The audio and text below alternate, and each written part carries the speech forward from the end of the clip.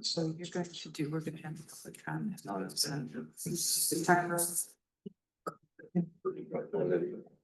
Yes, I have to keep it one time for work. I'm just gonna bring the time. We're gonna give it. I know the clocks. The clock. No, we're going to give her. Big flashing one. I see her.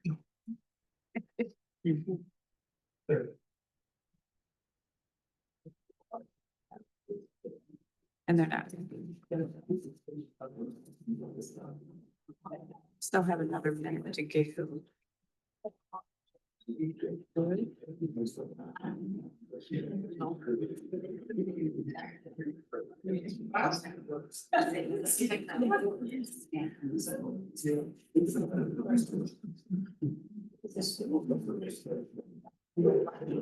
Is it warm in here? Is it warm in here? Good. Yeah, it's warm. Okay. Because they opened the blinds up earlier. Okay.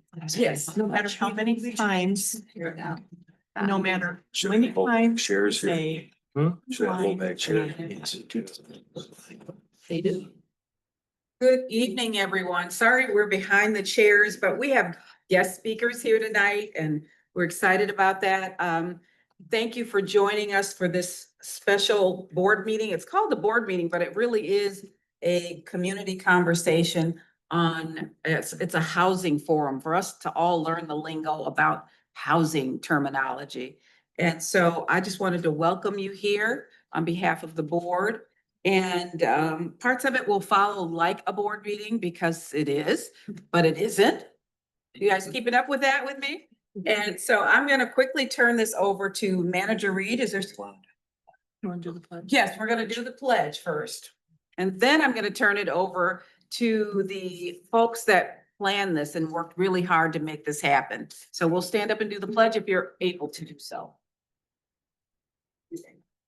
Pledge allegiance to the flag of the United States of America and to the republic for which it stands, one nation, under God, indivisible, with liberty and justice for all. And we're gonna have Clerk Clark call our roll, and then we will turn the program over to Manager Reed and Deputy Manager Aaron. Trustee Mojica, Trustee Lyman, Here. Trustee Cascarella. She Trustee is out of Owen. town. I apologize. Yeah. She did let us know that she would not be here this week. Trustee Owen, Here. Treasurer Fedewa. Here. Clerk Clark is present, Supervisor. Present. We have quorum. Thank you so much, Clerk Clark. And so I'm going to turn it over to Manager Reed to take us through, lead us through this conversation and this presentation for tonight. Thank you Supervisor Brewer and board members and all of our guests. Thank you for being here. So as Supervisor Brewer said, this is a Housing ABCs presentation. And again, apologize for the chairs, but we're going to have our guest speakers up here shortly. There were some materials out on the table, so hope you were able to grab those. And we are going to get into a presentation. The board will not be deliberating on any of these items tonight. This is purely educational for the board and for the community. So we look forward to public comment related to the material here. Ask that you keep it related to this material. And given that this is a forum, we will have some questions as long as we can do so orderly. But again, I ask for your indulgence of the speakers and let them get through their presentations, and then we'll try to answer questions as well. So we're going to start off. We have some slides from our Delta Township team to kind of set a backdrop of Delta. And we have some guests from MISTA and from the Capital Area Housing Partnership who will be presenting. We also have a realtor to get some market observations and a workforce housing developer who will also give some perspectives. And then Mary, if we can pull up the slideshow. Uh-oh.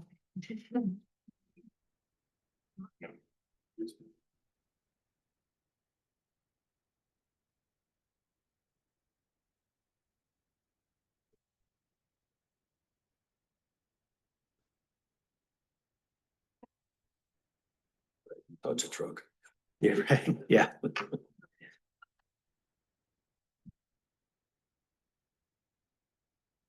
You can go to the next one.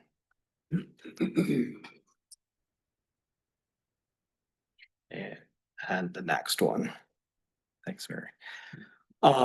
So first, just want to thank our Delta team, Peter, who did a lot of work, pulling this information together, as well as Ted Drosty.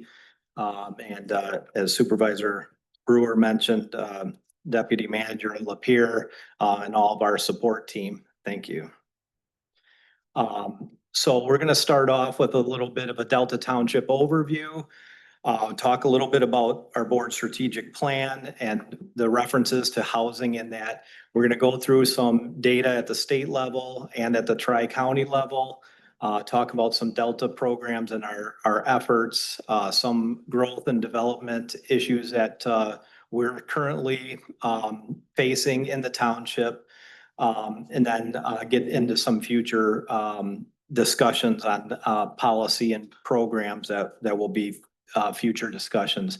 So I mentioned in 2020, the board created its strategic plan. There were several references to housing.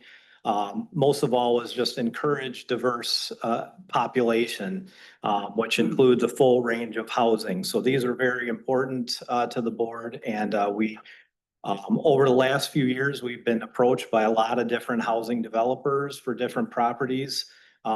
One item that I'll get into later, which is also part of our strategic plan, is some of our utility difficulties and capacity issues that we had, which has stalled some of the housing discussions. But we have been addressing those, which we'll get into.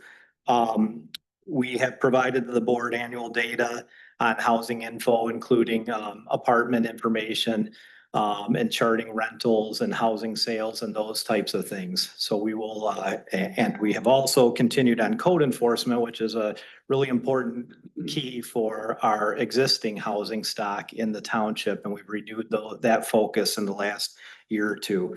And then, of course, continuing to assess and enhance senior programming and amenities, part of senior living. With that, I'll turn it over to Aaron and Peter.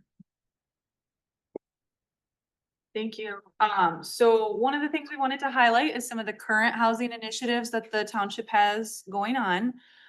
For those who don't know, in 2023, at the end of 23, we applied for and we're the recipients of a MISHDA grant. They called it the CHILL grant. This was a program that was for owner-occupied rehabilitation for income-eligible properties.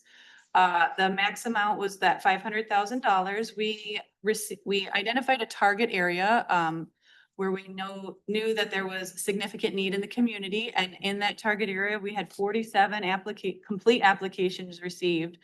As we advertised that program, we had hundreds of inquiries, and right now we have 11 properties that we're moving through with all the required environmental reviews, because it is HUD, federal dollars involved. There's quite a bit of paperwork and steps, but we're getting those applicants through and making some needed improvements to do some life safety improvements.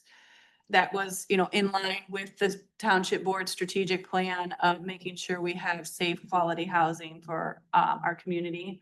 And then we are currently, for those who weren't there last night, we hosted our first open house. We're doing our 2025 master plan update. So we're evaluating the vision of the township. This is a public input driven planning document. So we have also hosted a online survey. So there's cards out on the table outside that have a QR code and the website where you can go. You can do it on your phone. You can do it on a computer, fill out a survey and let us know what you think about the township and really think about what the long-term vision is for the community and how we can plan for that long-term vision to see it come to reality. We also did receive a $2 million grant to Delta Township for workforce housing, and we are still in the planning stages of how that grant will be funded. We have until 2029 to expend that money, so that's more of a long-term. In the recent past, we've had some other discussions about housing. So back in 2023, we did have a presentation at that time on some of the tools and incentives that were in effect. And then about a year ago, we also had some initial discussions on our current pilot ordinance, which of course prohibits pilot projects. So that is the state of affairs today.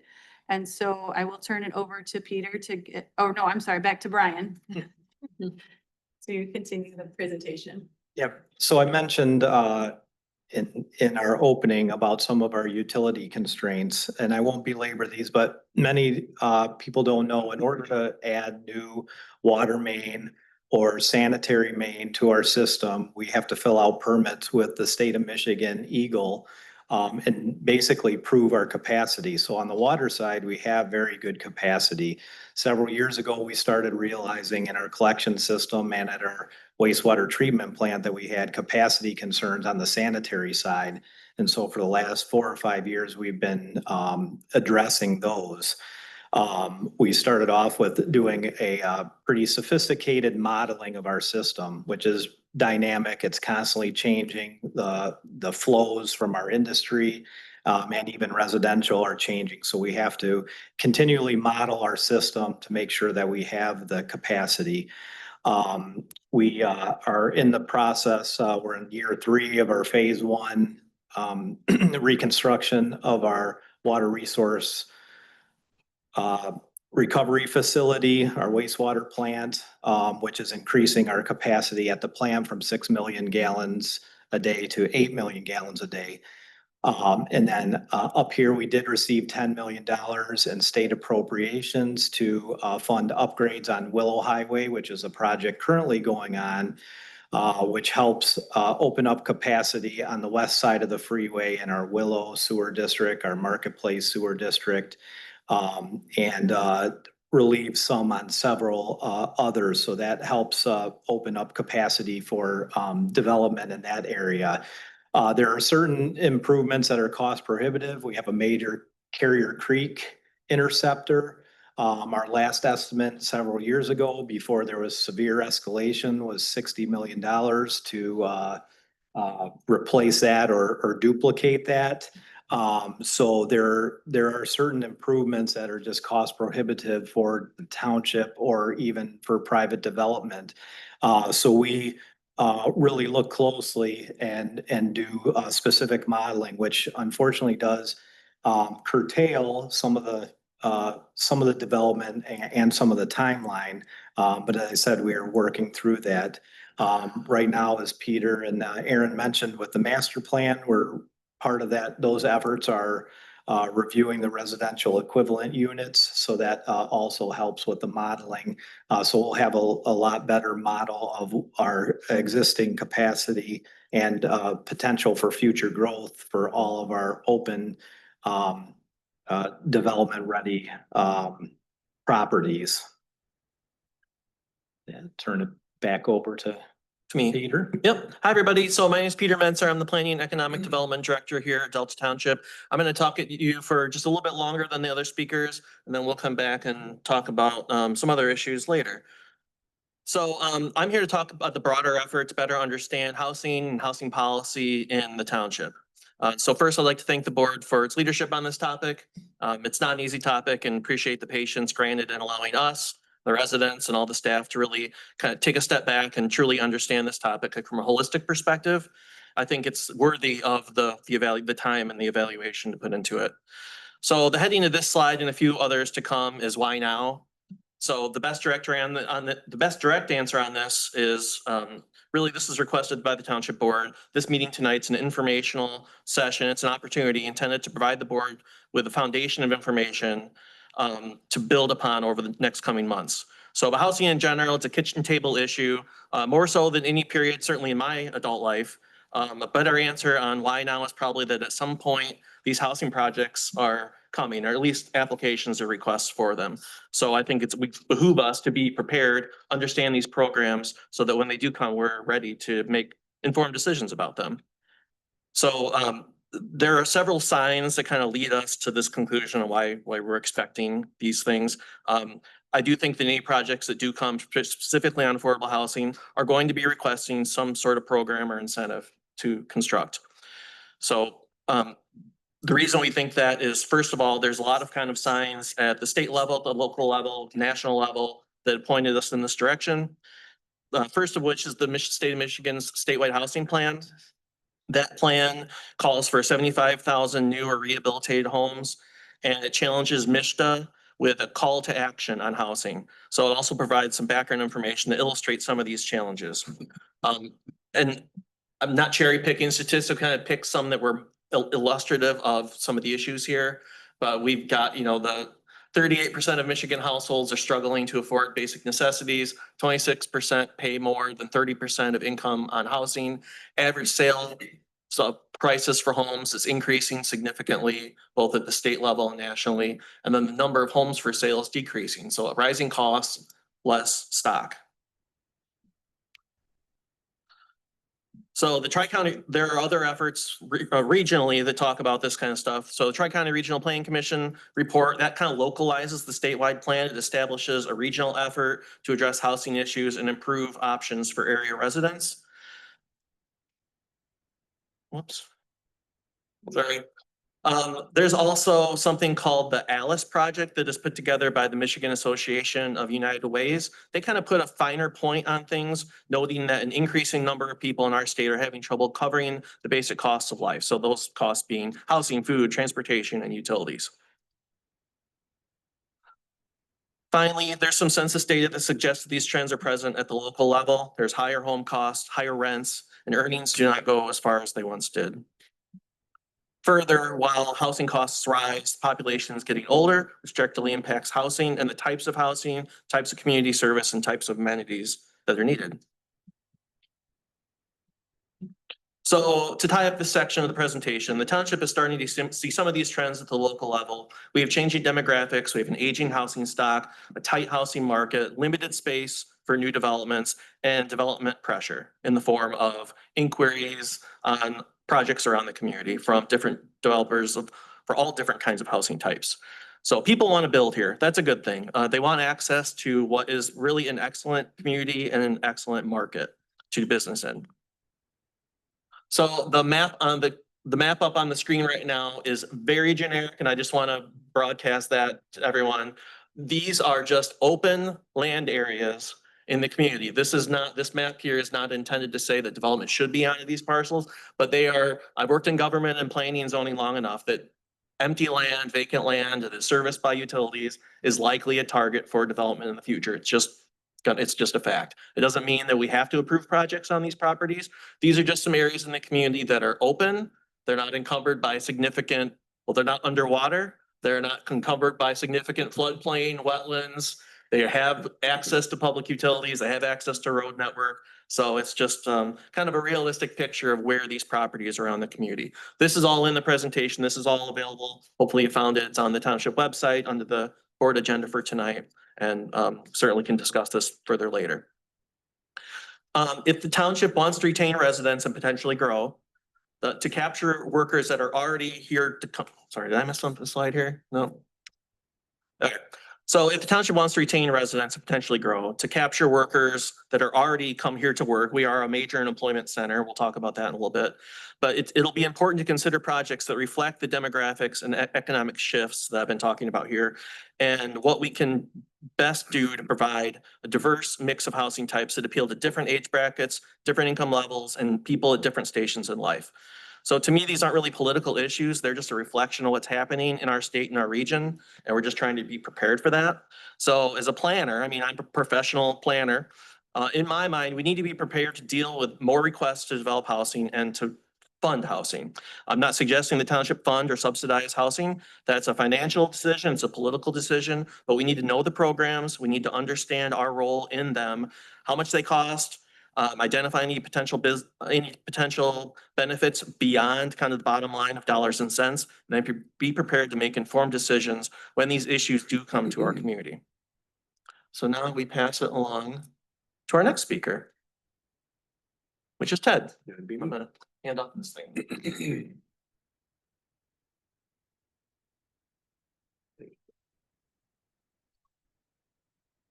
Okay, thank you. Most of mine is going to be statistics, history, that sort of thing. So the first chart graph has to do with transfers of ownership, that sort of thing. So for example, on the bottom of my first one, I give you 7 years of history on our residential property classification, how many sales there were, average sale price, that sort of thing. So again, you can read it across the bottom, but you can see where we end in 2024. There were 302 transfers, average sale price about 283, as compared to the prior year, 360 for 250, 261, and so on. But you can follow the chart backwards if you'd like.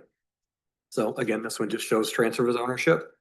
The next one are new single family homes that were constructed over the last, over the last 6, 7 years. So last year we did 18 starts on new builds as compared to 23 where we did 25, 22, 38, and so on down the list. But I guess somewhat consistent other than last year was slower than what we had seen in the past.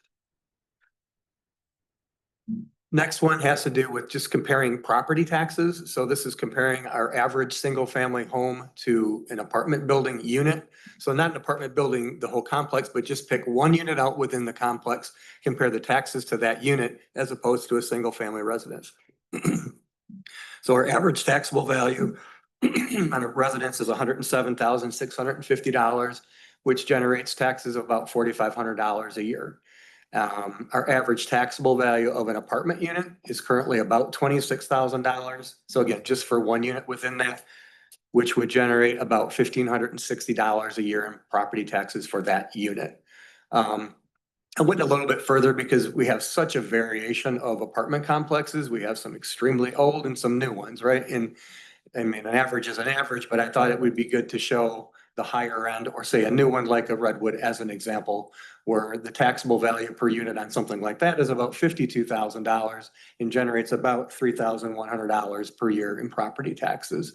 And then compare that to some of our oldest ones, like an example would be a Ramblewood, maybe in a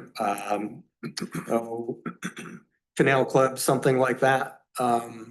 Those would be an average taxable value. Oh, I should point out, those have been owned by the same owners for 30 plus years. So there's a big gap between an assessed and taxable value. So their taxables are very low, relatively speaking. And so those would have a tax bill of about $1,300 per year per unit. So that's that.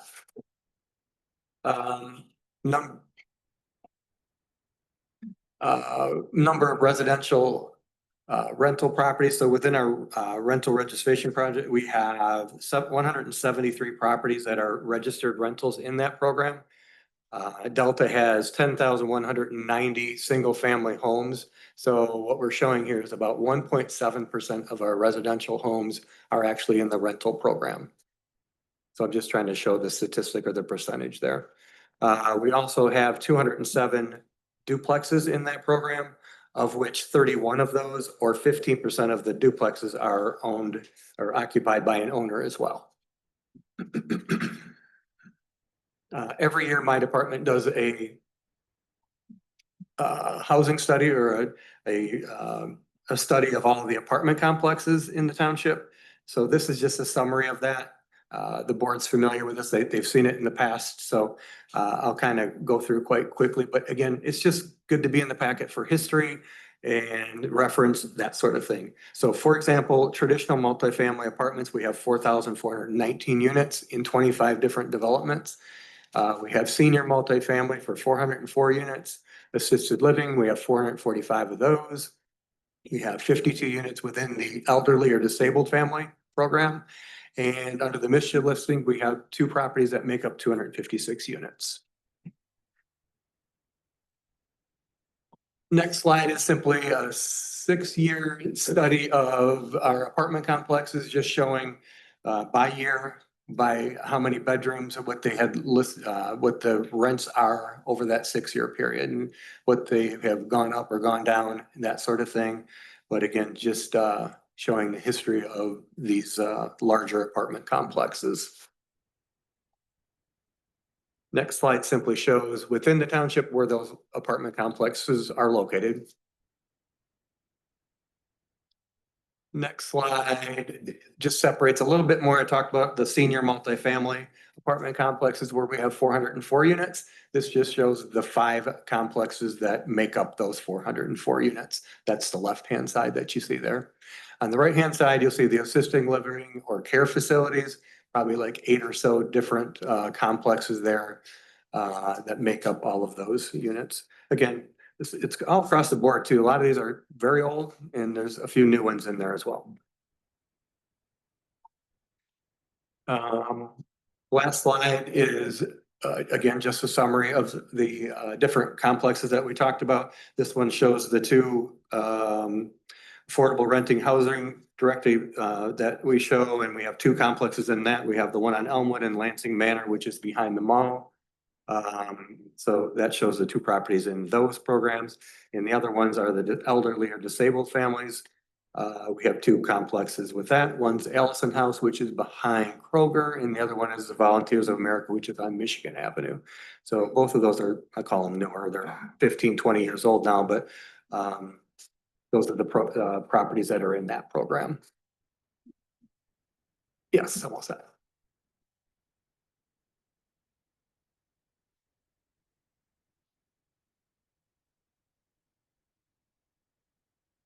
Okay. I'm back. So, well, I'm here to provide an overview on the regulatory scheme for housing. Oh, now I am. So I'm really providing just a broad overview tonight with the intention that we revisit some of these issues with a deeper dive down the road. It probably doesn't need to be said, I am not a housing policy expert. I have more of a broad understanding of housing policy, but I know enough to understand that it's a complex system and complicated issue. We also have to recognize with housing that it's a very personal issue. It's a very messy policy, or it certainly can be. So it's hard to try to paint the picture that applies to everybody. There's so many different types of people in the world, different situations. And so it's hard to account for that from in a policy framework. So having said that, from a regulatory perspective, Delta Township is not a lot different from other townships in Michigan and really small cities across the United States when it comes to basic zoning, land use framework as it relates to housing. So our zoning code regulates where housing can be built. So that what kinds of housing can be built and establishes minimum lot sizes. So what's the smallest parcel size that you can have? It also establishes structure setbacks. These are things that are probably most familiar. I mean, zoning code hits like is the most local kind of policy that we have in this country, because where your house can be on the lot, how tall it can be, the minimum size that it has to be, how big your garage can be, how big your shed can be, where it can be located. All of that stuff is in the zoning code. So very housing oriented, and it impacts everybody in this room probably. So the future land use map, it designates future land use for 20-year horizon. So you've heard a couple of references to the master plan tonight. That's a review of land use patterns, land use in a community. And the community is supposed to review those designations at 5-year intervals to determine if the trends warrant changes. So obviously life changes, society changes, the economy changes a lot in 20 years. So the 5-year review is intended to keep up with that and kind of take the community temperature at a regular interval to ensure that our policies match and align with our values and the economic realities in the world. The building code has an emphasis on safety. It speaks directly to ensuring there's long-term resiliency in our built environment. Further, the township conducts inspections for all types of construction to ensure alignment with the building code, but also alignment with something like the International Property Maintenance Code. That's like your blight. It's a significant policy of varying provisions that impact blight, all kinds of things as it relates to property maintenance. And then we also have rental regulations that you heard Ted refer to. Any licensed rental in the community has to go through inspections, and they have to meet certain minimum standards. So the township, our zoning ordinance allows for a variety of housing types to be constructed in the township. It does not dictate specific building forms or specific aesthetics, but instead it regulates based on type. So really it discerns between, most significantly, single family housing, multifamily housing, and establishes limits on density. And density really is in the form of minimum lot sizes. So what's the smallest your parcel can be? That ultimately is going to tell us how many people can live in a certain area. So the township allows all of the housing types that anyone would expect. Single-family homes, multifamily homes, duplexes, townhomes, and really kind of every variation in between those. We also allow for accessory dwelling units, specifically those that are attached or within an existing home. So by accessory dwelling, I think most people know, but it'd be a second dwelling on the home. In this case, in Delta Township today, we allow those only inside someone's home. So you renovate a garage, that's a unit for your mother-in-law to live in. We do not allow what you might see in other communities, a separate dwelling on the property. So that's a one policy consideration. I think at the end of this that you'll hear our staff tell the board that may something to consider, not necessarily to approve, but just something to consider. So regarding density, the number of units in a development are established via minimum lot sizes. That ultimately will yield a figure called dwelling units per acre. And something to mention as we get further into housing issues, I'm going to take a moment to talk about this.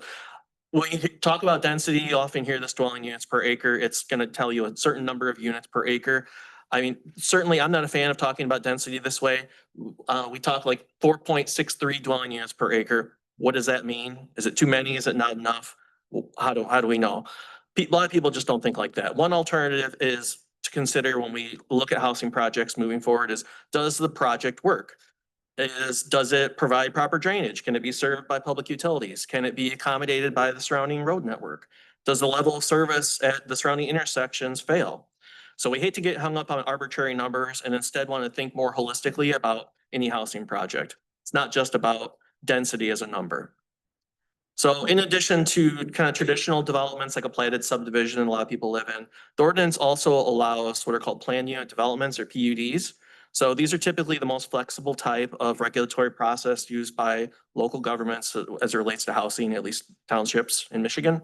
So a PUD would allow a developer to build the same number of units as they would get if they did a platted subdivision or if they built an apartment building or apartment complex or some other type of housing project, but it will allow the developer to cluster those homes in a smaller footprint with reduced setbacks. So same number of units in a much smaller physical footprint. We have a cottage housing planned unit development ordinance. It was adopted in 2003. That allows homes as small as 440 square feet, provided they're at least 20 feet wide. So I think the incentive for builders is it's cheaper. They have less utilities, less length of utilities to get to wherever the utilities are. But sometimes that project is not for everyone. Those houses are often in very tight neighborhoods where you can kind of reach out and touch your neighbor. So I mean, the point there being like the township really needs to provide a variety of housing units, something that appeals to everybody. The trade-off for the smaller lots and reduced setbacks is the opportunity for additional density when green space is provided. So I want to show you this table that shows density in a planned unit development. It just gives you an idea of, and again, this is the dwelling units per acre figures. So you can see here in this table that the more open space going from top to bottom in RB zoning by right, you can get 3.63 dwelling units per acre. If a developer were to provide half of the land in that project as open space, they could get up to 5. So, and that goes through these other zoning districts. The more open space a developer provides, the bigger bonus of density they could get. So there are also other housing types that that are allowed here, but maybe that are less common. So short-term rentals, we talked about a little bit earlier. There's only a handful of those in Delta Township. You see those mostly in tourist areas, lakeshore. We don't have many, there are a handful, but those get licensed like other residential units.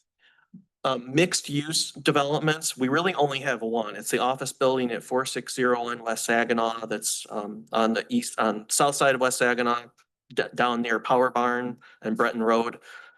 But we have not seen like other communities, they're really the traditional vertically stacked mixed use projects with retail or office on the ground level and either apartments or condos upstairs. In the future, the board may discuss detached accessory dwelling units I mentioned a minute ago, or so second smaller homes typically located in a rear yard. Those are not currently allowed here. So gonna lead into Manager Reed, and he's gonna talk to you about policies, about housing policies. I'd be remiss, I want to make an important point as a preface to his presentation. There are no incredible transformational housing programs out there. They're going to provide housing at low cost without requiring significant investment by the community. So in larger cities, that often manifests as township buying, or the city buying property, partnering with developers, leasing units, managing the property, subsidizing rents, managing things like block grants, partnering with with federal government agencies. Now, I like to think big, but those are likely not viable options here. So the remaining options are pretty limited, and they also require investment from the community.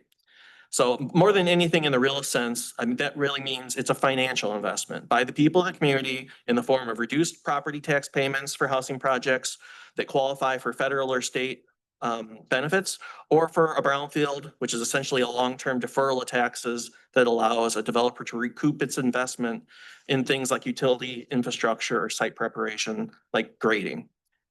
So the crux of the issue to me then is, are these type of programs good investments for the community?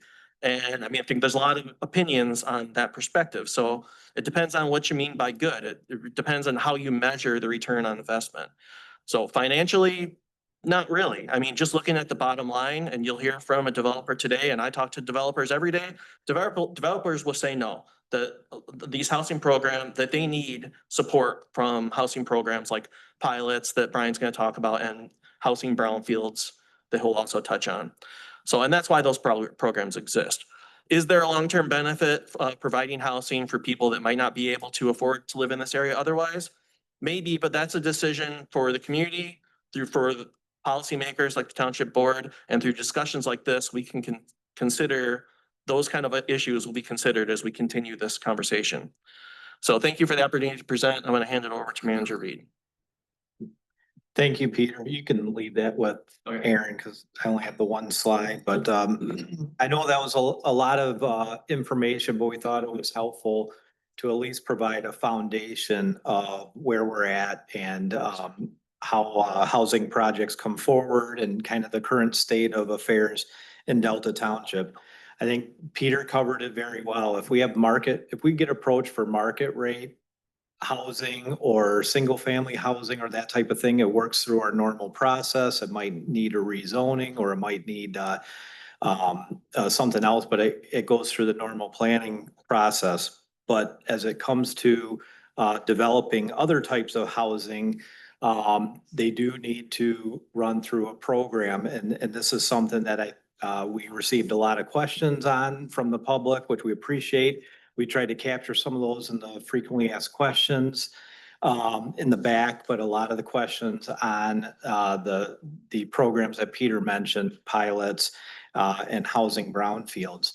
So this is something, again, that we're here tonight to start learning about, and we have some experts that'll discuss housing issues, and but these will be future policy discussions that we will have with this board and work through and as a broad policy basis, and also on a project basis as they come forward. So first, the pilot payment in lieu of taxes, which I know I've heard from many of you out there tonight, questions about this. So this is kind of an older program where a developer pays a portion of rents instead of property taxes. And we're going to get into some slides in terms of how that affects bottom line revenue for the township and some of the pros and cons with a pilot. But usually with these, with a pilot, the percentage is negotiable. So we have a couple examples up there that we use. Meridian Townships, 5% by policy, which is a shelter rents. Lansing, anything 10% is approved automatically, but that must go through the city council if it's anything less than 10%. So there's a lot of different portions of a pilot that we would negotiate or have control over. Housing brownfield is a fairly new tool. It works just like a normal TIF. The township has not had a lot of brownfield projects. We have one which was across the street with the Hilton Garden Inn. That worked well. So how a brownfield works is the developer puts in the investment and then is repaid back for eligible costs through tax increment financing. So the value that they create is paid back. So we're seeing a lot more use of that tool across the state. With any type of brownfield, there's also emergency services agreement. So this is a pass through to help additional funds that could help pass through to pay for things like police and fire, normal services that you often see with one of these TIFs. So with that, before we get to our speakers, just have a couple slides on just a little bit of the background policy on pilots, which we'll walk through.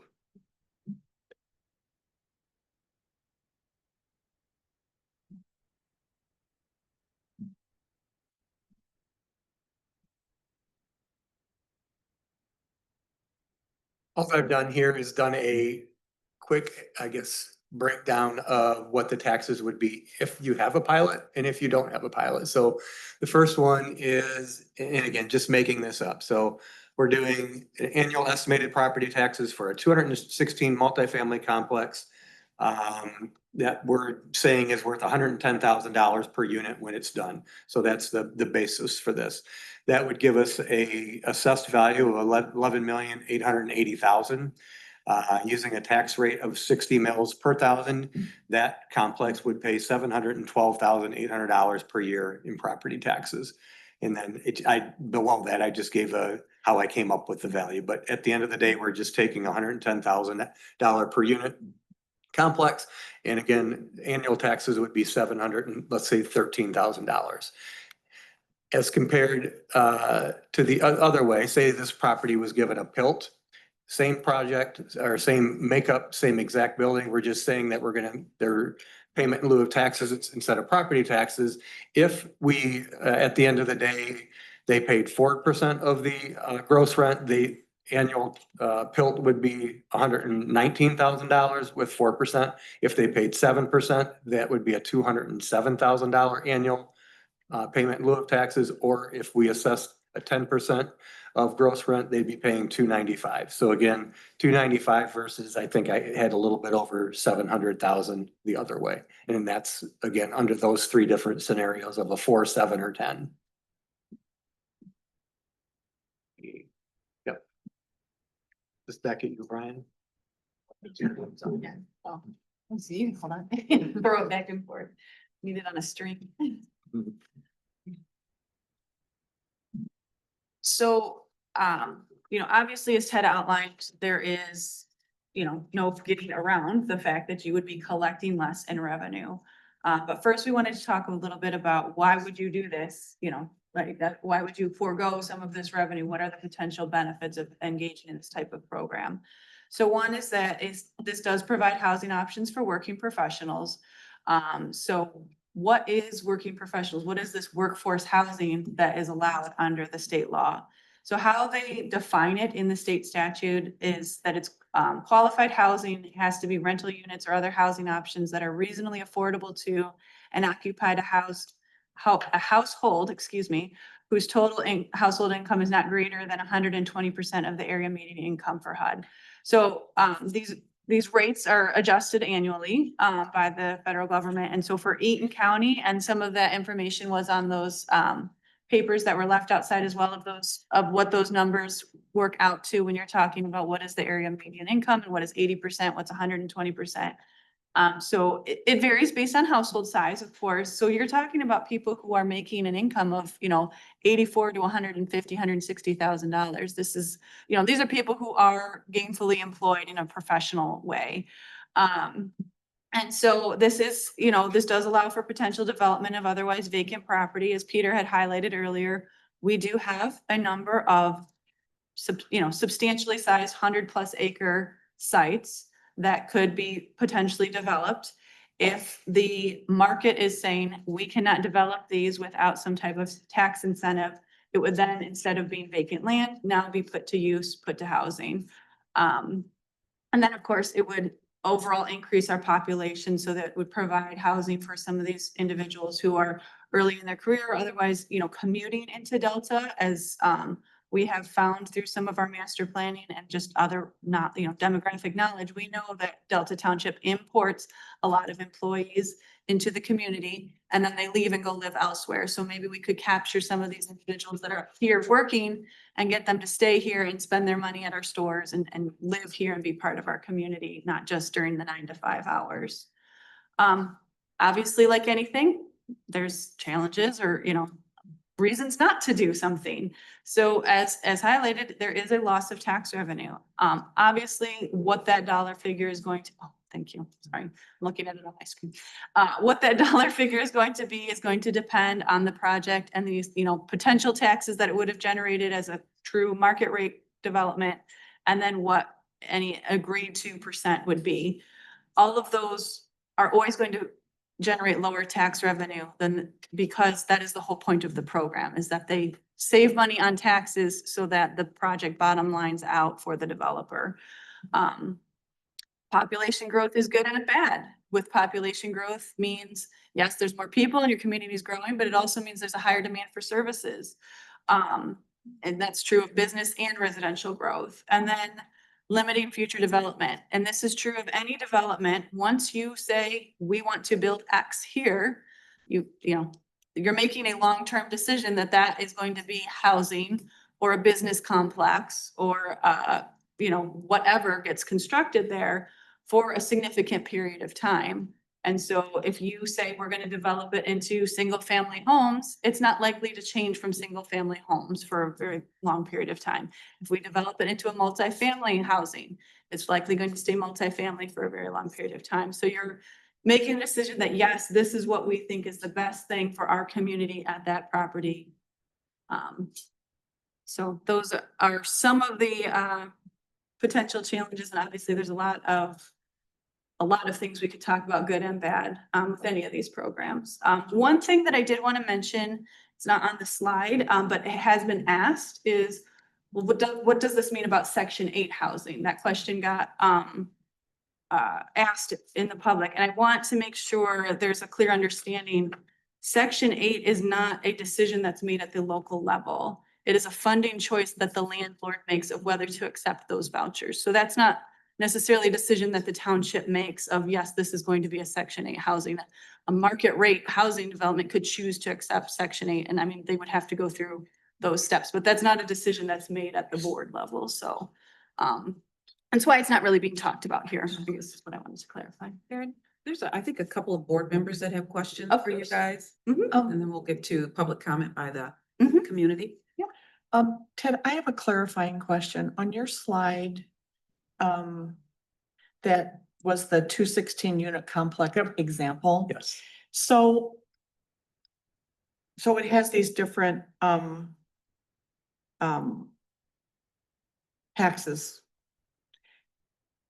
On the For bottom, Mary, example, you're talking about on the bottom where we. yeah, the one that was up there that just left, that slide that was just there and left. This one? That one, Yeah. yep. So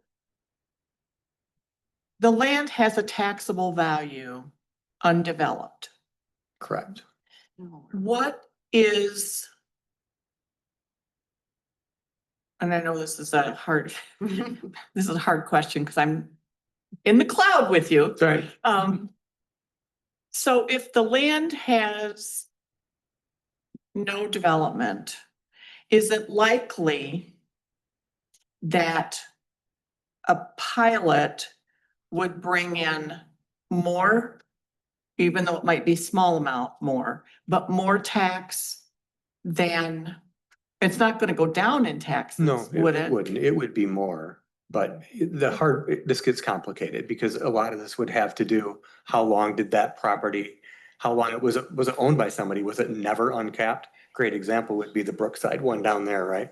Right. Just in round numbers, the assessed value, say $5 million, the taxable is probably 90 or 100. It's just extremely low. So that's the basis. If it transfers ownership, the taxes would significantly increase based on that alone.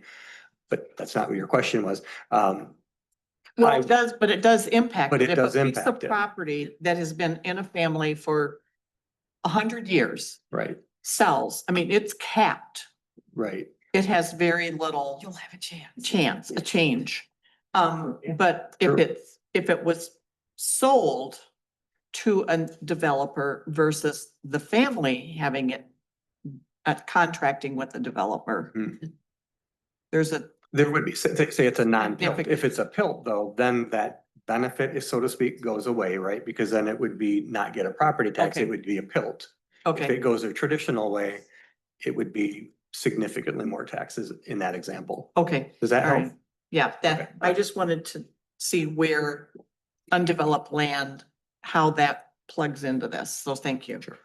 Were there other board member questions? No, yeah. And we will definitely be opening it up to you all to be able to ask questions. The chair, if you can't even see who speak. Sorry, that was Clerk Clark. This really was going to be a presentation by everybody other than the board. So we wanted to make sure that they were both visible to you, because this is not us speaking. This is us learning right along with you tonight. Sorry about that. Oh, that's okay. I think at this point, we are ready to turn it over to our partners. So if the representatives from Mishta and CAP could join us at the front table, love to have you up here. And just, I saw some people taking pictures of the slideshow. It is available online on our website, and if you have problems finding it, but just letting you know, just in case. There's a couple others, Sherry, too.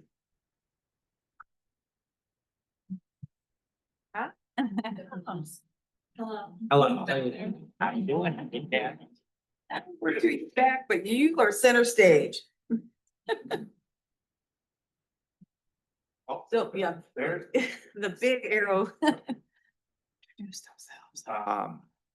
and am I on? Am I live? You are. Okay, wonderful. Good evening. Emma and I are used to working together on a soccer field. Yeah. So we're gonna try to translate that same chemistry to you talking about what we do between 9 to 5 or 8 to 5 or 7 to 7. But we're gonna talk a little bit about what we do at Mishta, which I want to set the table really quickly and just talk about the Michigan State Housing Development Authority and what we do globally, because I heard some talk about Section 8, and we are a large administrator allocator of vouchers. That is true. That has very little to do with what we're going to be talking about here tonight. Housing choice vouchers, as your staff was sharing, no longer called Section 8. Housing choice vouchers follow the resident around wherever they want to know. And so that voucher has very little to do with the type of development regularly. And then I also saw in another presentation about some of the, and so Mishta allocates low-income housing tax credits from the federal government. And in return for those tax credits that we allocate in the state of Michigan, the developer agrees to a number of conditions and they stay in our portfolio. And so we regulate those units. And so I don't know those two developments in Delta Township when those entered our portfolio. What I do know is that is, again, a small part of the overall work that we do. And one of the big things that we do at the state, at the Housing Development Authority, is we really try to shape the conversation around housing. And we try to provide the state level context about the tax code and just what the environment is. And so I really appreciate the staff and what they brought to sort of set the table. But we're going to talk a little bit more, as long as this clicker works, about. Uh-oh. Yeah, thanks, Emma. There's the chemistry. And I'm gonna introduce myself too. My name is Josh. I am the Director of External Affairs for the Michigan State Housing Development Authority. In that capacity, I work with our communications team, our legislative team, and our Office of Market Research on doing a lot of the stuff that I just talked about. And also coming to meetings like this and interfacing with members of the public and just sharing what information we can to give that context to help make sure that you're making informed, educated decisions. So there we go. Why do we say that we are in a housing crisis? And let me also add a little bit of context and say that because we are a large state, a lot of times these small numbers, like average household size, when extrapolated over 10 million people, make a huge difference. And so the biggest reason that we're in a housing crisis right now is because our household size has changed just a little bit. It's gotten just a little bit smaller. People are living differently. You heard the staff talk about it a little bit. Different types of housing. People are sure living in apartments, but that's fundamentally because our average household size has gotten a little bit smaller, and that makes a big difference on a statewide level. And so what consequences does that have on a statewide level? And in Delta Township, too many people cannot afford to purchase their first home. That's especially evident when we look at young people. The median age of first-time home buyers was 28, now it's 38. The median age of all home buyers was 36, now it's 56.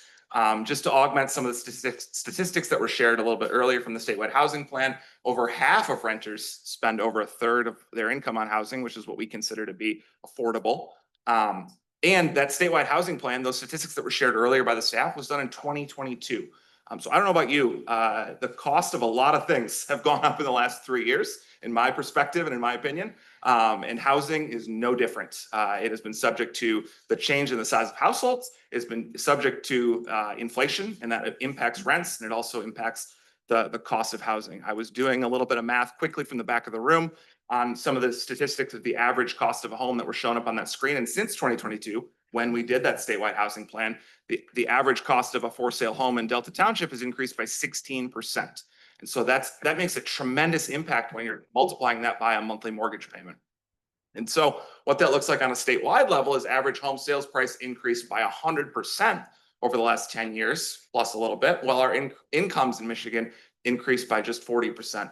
And then 53% of our homes are over 50 years old. Again, this is statewide, but we saw, 1980 doesn't seem that long ago, but we consider homes to be really starting to be in need of rehab at that 40 to 50 year age. And so our median home here in Delta Township is starting to enter that point. And so we've got some programs at MISHDA in addition to development of new housing that can aid in that rehabilitation. And they talked a little bit about one of those earlier.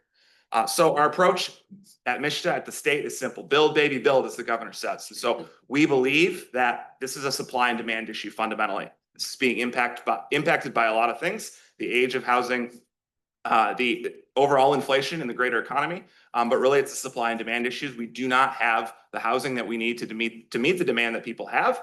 And part of the reason for that is we cannot afford to build at a cost that people can afford to pay. And so I appreciate the assessor's examples about average rents being like $1,000 a month. And that would be so great if we could build a new apartment that cost $1,000 a month. I remember when I got out of college and my first apartment was not even $1,000 a month. For a lot of us, our mortgage payment, if we locked it in a few years ago or more, it's less than $1,000 a month. But right now, that is not what rent costs. And so if we build a market rate apartment building, no matter whether it's 10 units or 200 units, like the example showed, that's not realistic. And so that's why we're thinking a lot more about that subsidy, because that subsidy is unfortunately necessary because people cannot afford to pay that monthly cost, whether it's a mortgage or a rental cost, what it costs to build that apartment or that single family home.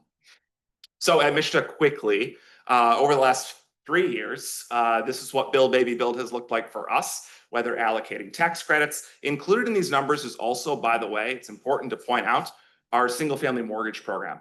And so we provide a very competitive mortgage rate, as well as $10,000 of down payment assistance for median or lower income home buyers who are first time home buyers who qualify for a mortgage. And so one of the ways that I think MISHDA is probably manifesting itself in this community, and I apologize, I did not look this up, is through this mortgage program. And so this is about 40% of our business, of those numbers that you see up there. But it's super important because we believe that a major role that the state has to play is stabilizing neighborhoods. And our goal is to impact the journey that people have in impacting the housing ecosystem at every single point of that journey. And so our goal ultimately is to get people into home ownership. And that is a way that we do that. And that factors into these growing numbers that you see up there. So I want to talk a little bit about who is eligible for MISHDA programs, just to give some context to some of the workforce housing conversations that we're having. And so at 30% of area median income, that's about $10,900 a year. So somebody that's working at Frank's Press Box, maybe down the street, those folks are eligible for about 100% of the programs that we offer at MISHDA. go up a little bit, $31,700 in median income, 30 to 60%. Again, those people are eligible for about 100% of programs that we offer at Mishta, whether it's subsidizing some of those tax credit properties, or even in some cases at the higher end, they can qualify for a mortgage, for a Mishta mortgage to get into home ownership. You go a little bit higher and it's a little bit smaller, but still the overwhelming majority of Mishta programs are accessible to people making up to $50,000. And then as soon as you get past that, what we mean when we say workforce housing is people that make too much to qualify for a lot of these state programs, but not enough to be able to afford that market rate is right in there. And so when we're thinking about a pilot, when we're thinking about some of these other smaller scale programs, that's what we're talking about. People in the workforce, it's sort of a euphemism that we use because everyone on this slide is in the workforce, right? All of these people are working and earning an income, but workforce housing typically refers to people between 80 and 120% of area median income. So $72,000, that's what a Michigan State House of Representatives, a state lawmaker makes. Your state representative here that represents Delta Township earns about $72,000 a year. And that is enough to qualify for these programs.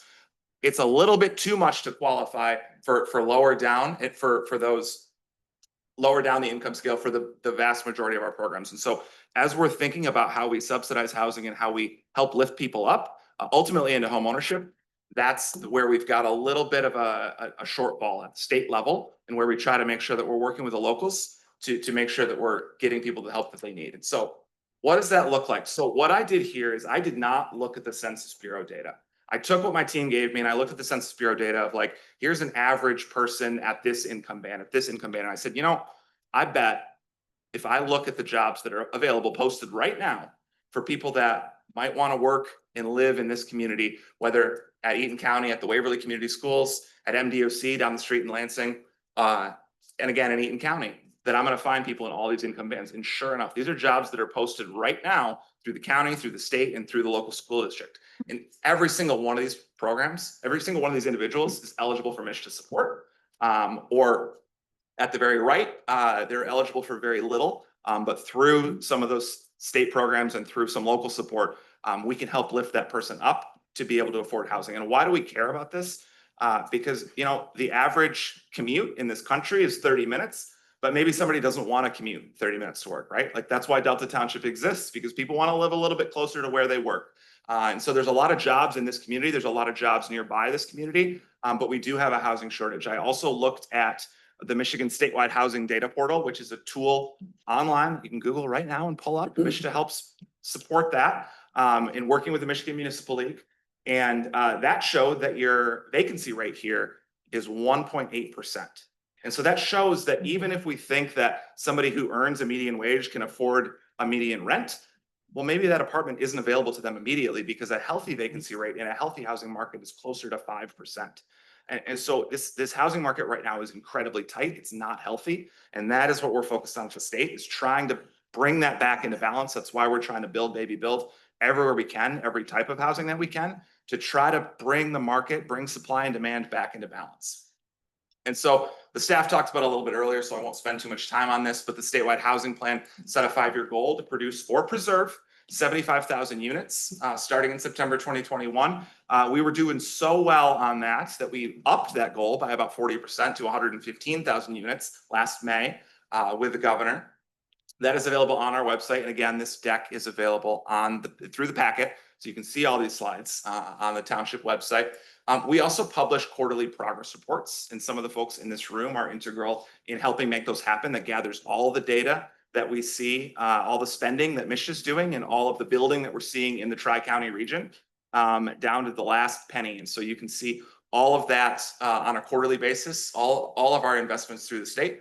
And then it's a 5-year plan. So we know it's going to be up in the middle of 2027. And so we're working on the next iteration of that plan. So that's where we are, 74,707 units. The goal was set for next September. So we wanted to raise the bar because we knew that we were going to hit that ahead of schedule. So a little bit about Mishta programs and resources. Once again, this is in that workforce band. And so the employer assisted housing program was set out because we heard from employers that they wanted to do more to support the workers that they had in communities around the state. And so we set up this matching program. can be a grant program to fund construction projects. It can also support programs. And so we've got some employers in some parts of the state that are doing down payment assistance or even rental assistance because they want their people to be able to live closer to where they work because they recognize that that's something that the workforce of today is seeking. And so we've got 6 awards through that already, and we are looking for more. And I know there are a lot of employers in this area who could potentially benefit from this, and we'd love to hear from them. My neighborhood is the latest iteration of, we talked about the CHILL program earlier, and we combined the CHILL program and 8 other state programs into one because we said too many acronyms, it is too confusing. We need this to be more straightforward, and we're trying to make it as straightforward as we possibly can. Since last April, that has meant $120 million appropriated by the state legislature and also by the federal government. CDBG, which funded the CHILL program, funded that program that was being talked about in Delta Township, is now part of this program. And so in addition to supporting the development of new housing, which can be smaller scale rental or for sale, this also supports rehabilitation. And so I think that's really most relevant for a lot of local governments. You heard earlier about the aging housing stock here in Delta Township, and that's what we're really seeking to address is trying to help homeowners fix up their homes, even if they can't afford to do that, and make sure that they remain livable. Housing TIF program, I'm not going to spend a ton of time on because the staff called this the Housing Brownfield program. And so we've already talked about it, but that is administered by MISHDA, another workforce housing program. And then for the board here, the Get Housing Ready Guide is something we finished the Housing Readiness Incentive Grant Program. I believe Delta Township was a grantee of that, but I don't remember. Yes, great, perfect. And we said we want to do more. We want to put more resources into the hands of local governments who want to do more to bring their zoning and land use policies up to par. Just update them a little bit if they haven't been touched in a few decades. And so this is available on our website. It's a free PDF, like a 6-page PDF that has a menu of ideas that folks can start from to help get their communities housing ready. And then again, for the board, we started a partner nonprofit. We supported the launch of a partner nonprofit, I should say, called Great Lakes Housing Services, which provides free technical assistance. I would love to introduce your staff and any of you to some of our staff through Great Lakes Housing Services, whose role is to take what I'm giving you tonight and take it a step further from this point to the development process. That is what they're there to do. They support nonprofits, but they also support local governments who need a little bit of help to get those dreams to be realized. And then finally, we're moving as quickly as we can to deploy resources. I spoke about that a little bit earlier. We are working with the federal government on a daily basis to try and navigate a lot of the uncertainty that we see and make sure that we're providing that certainty to folks on the ground like Delta Township, like Emma, that need a little bit of more help from the states to fill in those gaps. We're doing some advocacy with the state legislature. And so if you're in the room or if you're on the board and you want to help us, I've got some more information about that and I'll leave my contact information. And then what we're always doing is we're trying to tear down barriers. We really believe that the access to these state programs the barriers have been too high for too long. And so we want to make sure that if folks want to develop housing in their community or anywhere in the state, that no matter what it looks like and no matter who they're trying to serve, that we are doing a better job of getting that done. And so streamlining that access, I spoke about that a little bit earlier, is really what we're all about. And I know that we'll have time for questions and public comment later. For you.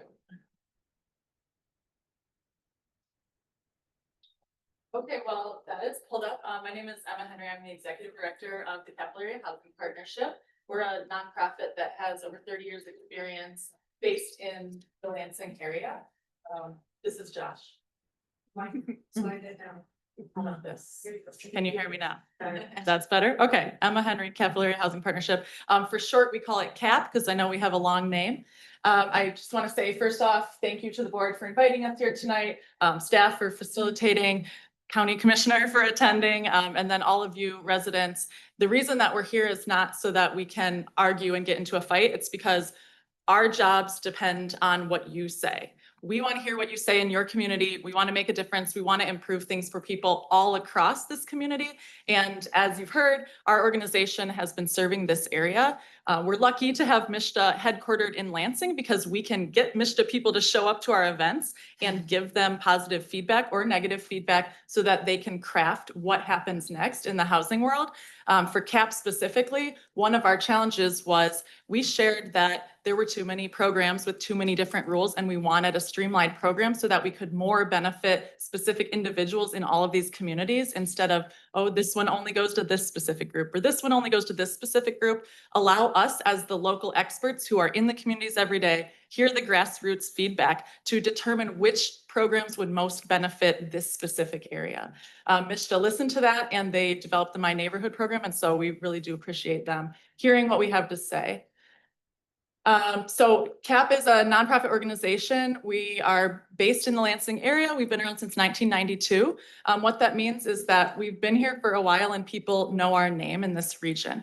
That means we get a lot of phone calls from individuals who are excited and want to buy their first home, as well as those individuals who are having trouble making their mortgage payments.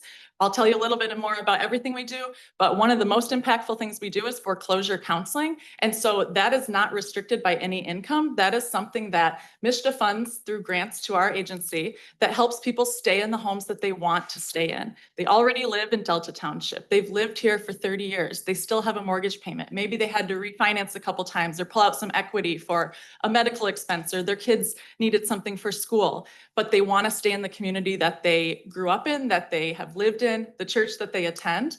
And so this has allowed us to help people through that process at no cost. These are services we provide totally free to individuals as a helping hand to make sure that they can stay in the home that they want to be in. We provide housing opportunities. So you may have heard of the Walter French building at the corner of Mount Hope and South Cedar in Lansing. 100-year-old building, pretty iconic landmark structure there. That's a building that was owned by by a for-profit developer for many years. It then went out of business, was vacant for a long time. Our organization, our board decided to take that on. This was a blighted property. People were living inside, there were animals, it was falling down. Our organization said, nope, this is something that is important to the community, whether you care about architecture or the corridors, businesses, or housing, or you just like something nice to drive by as you'd go on your commute. We were able, with partnership from all over the place, but Mishta, the county, the city of Lansing, to develop this into 76 units of affordable housing.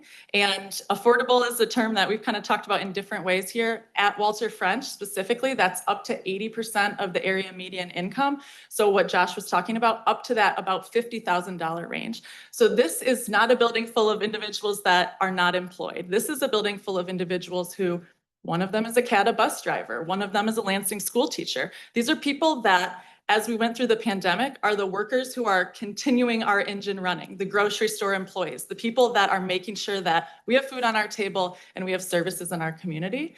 It's been really successful. I give tours all the time. We're having an open house in September, so you're all invited. I'll definitely make sure staff knows about that, because it's kind of cool to see how a building in your community that's sat vacant for so long can be transformed into not just housing, but also a nonprofit headquarters and also a childcare facility with 110 seats of childcare for individuals. These are not transferred from another location. These are childcare seats that are brand new, that are going online in September. Housing and childcare are the two most expensive costs that we see from our clients and from studies that have been done nationwide. And so we were able to partner all of those entities into one building to have some synergy and to really make it a successful hub in that part of the community. As well, we do single family housing. So we build single family homes. I always like to share on this slide, the picture on the left is a rendering from the architect. It's not a real photo. The building does look basically like that these days. But the picture on the right is not a rendering. Those are real single family houses that were built by our organization, sold to first-time homebuyers, income qualified individuals with down payment assistance to help them bridge that initial gap to homeownership. It's forgiven over time. And so they're encouraged to stay in the home for a long time, thus stabilizing neighborhoods. The other benefit of this is that these houses come with a requirement to take a homebuyer education course. This course is a 4 to 6 hour class that teaches you all of the things you need to know about owning a home. A lot of individuals didn't have homeownership in their family. So they're the first person in their family that maybe has ever owned a house. They maybe don't know, what is an escrow account? Who do you talk to when something breaks in your house? You don't have a landlord to call. How do you decide if you need to pull a permit for a repair, or you can just do something yourself? And so that class is required for any house that we sell. Every house we sell is also subject to a deed restriction, and so it's not able to be used for a rental for 30 years. So that's another implement that we put in to say, we want to stabilize neighborhoods. We want to support homeowners that are going through our programs and purchasing these houses. And we want to make sure that this is a long-term commitment and they're not just sold and flipped and become a rental next to someone who doesn't want that in their neighborhood. Rentals are a benefit as well. And so we just want to make sure that we have a variety of options that we're providing as a housing developer to make sure that individuals of all different income levels and all interests are served. These are other examples of a house that we currently have for sale in Lansing, 819 North Jennison. If you're interested, we're still accepting offers. This is our real estate agent next to me who will be speaking later. As you can see on the inside of the house, this is not something that is built at a level that you would not accept.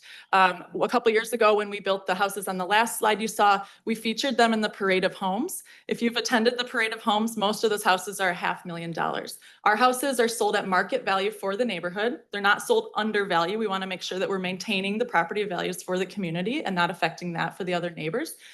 Those houses in the last slide were sold at $150,000 to individuals that qualified for mortgages. Some used a MSHDA mortgage, some used a local product from a local lender, partnered with down payment assistance. And all of the people that walked through our Parade of Homes kept asking us, how can you sell it at this rate? Well, the reason that we can sell it at that rate is because there are subsidies from the federal government. And it's not just that we're putting these subsidies into one single house and that house is getting all this money.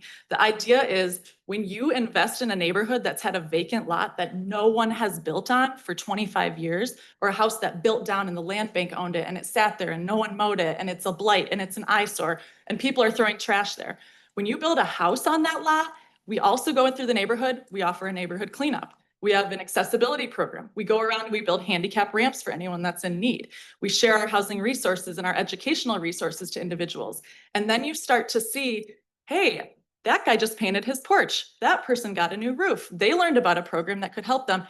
And it improves the neighborhood beautification, which is only exterior and is not always as supported as the interior of your house where you live.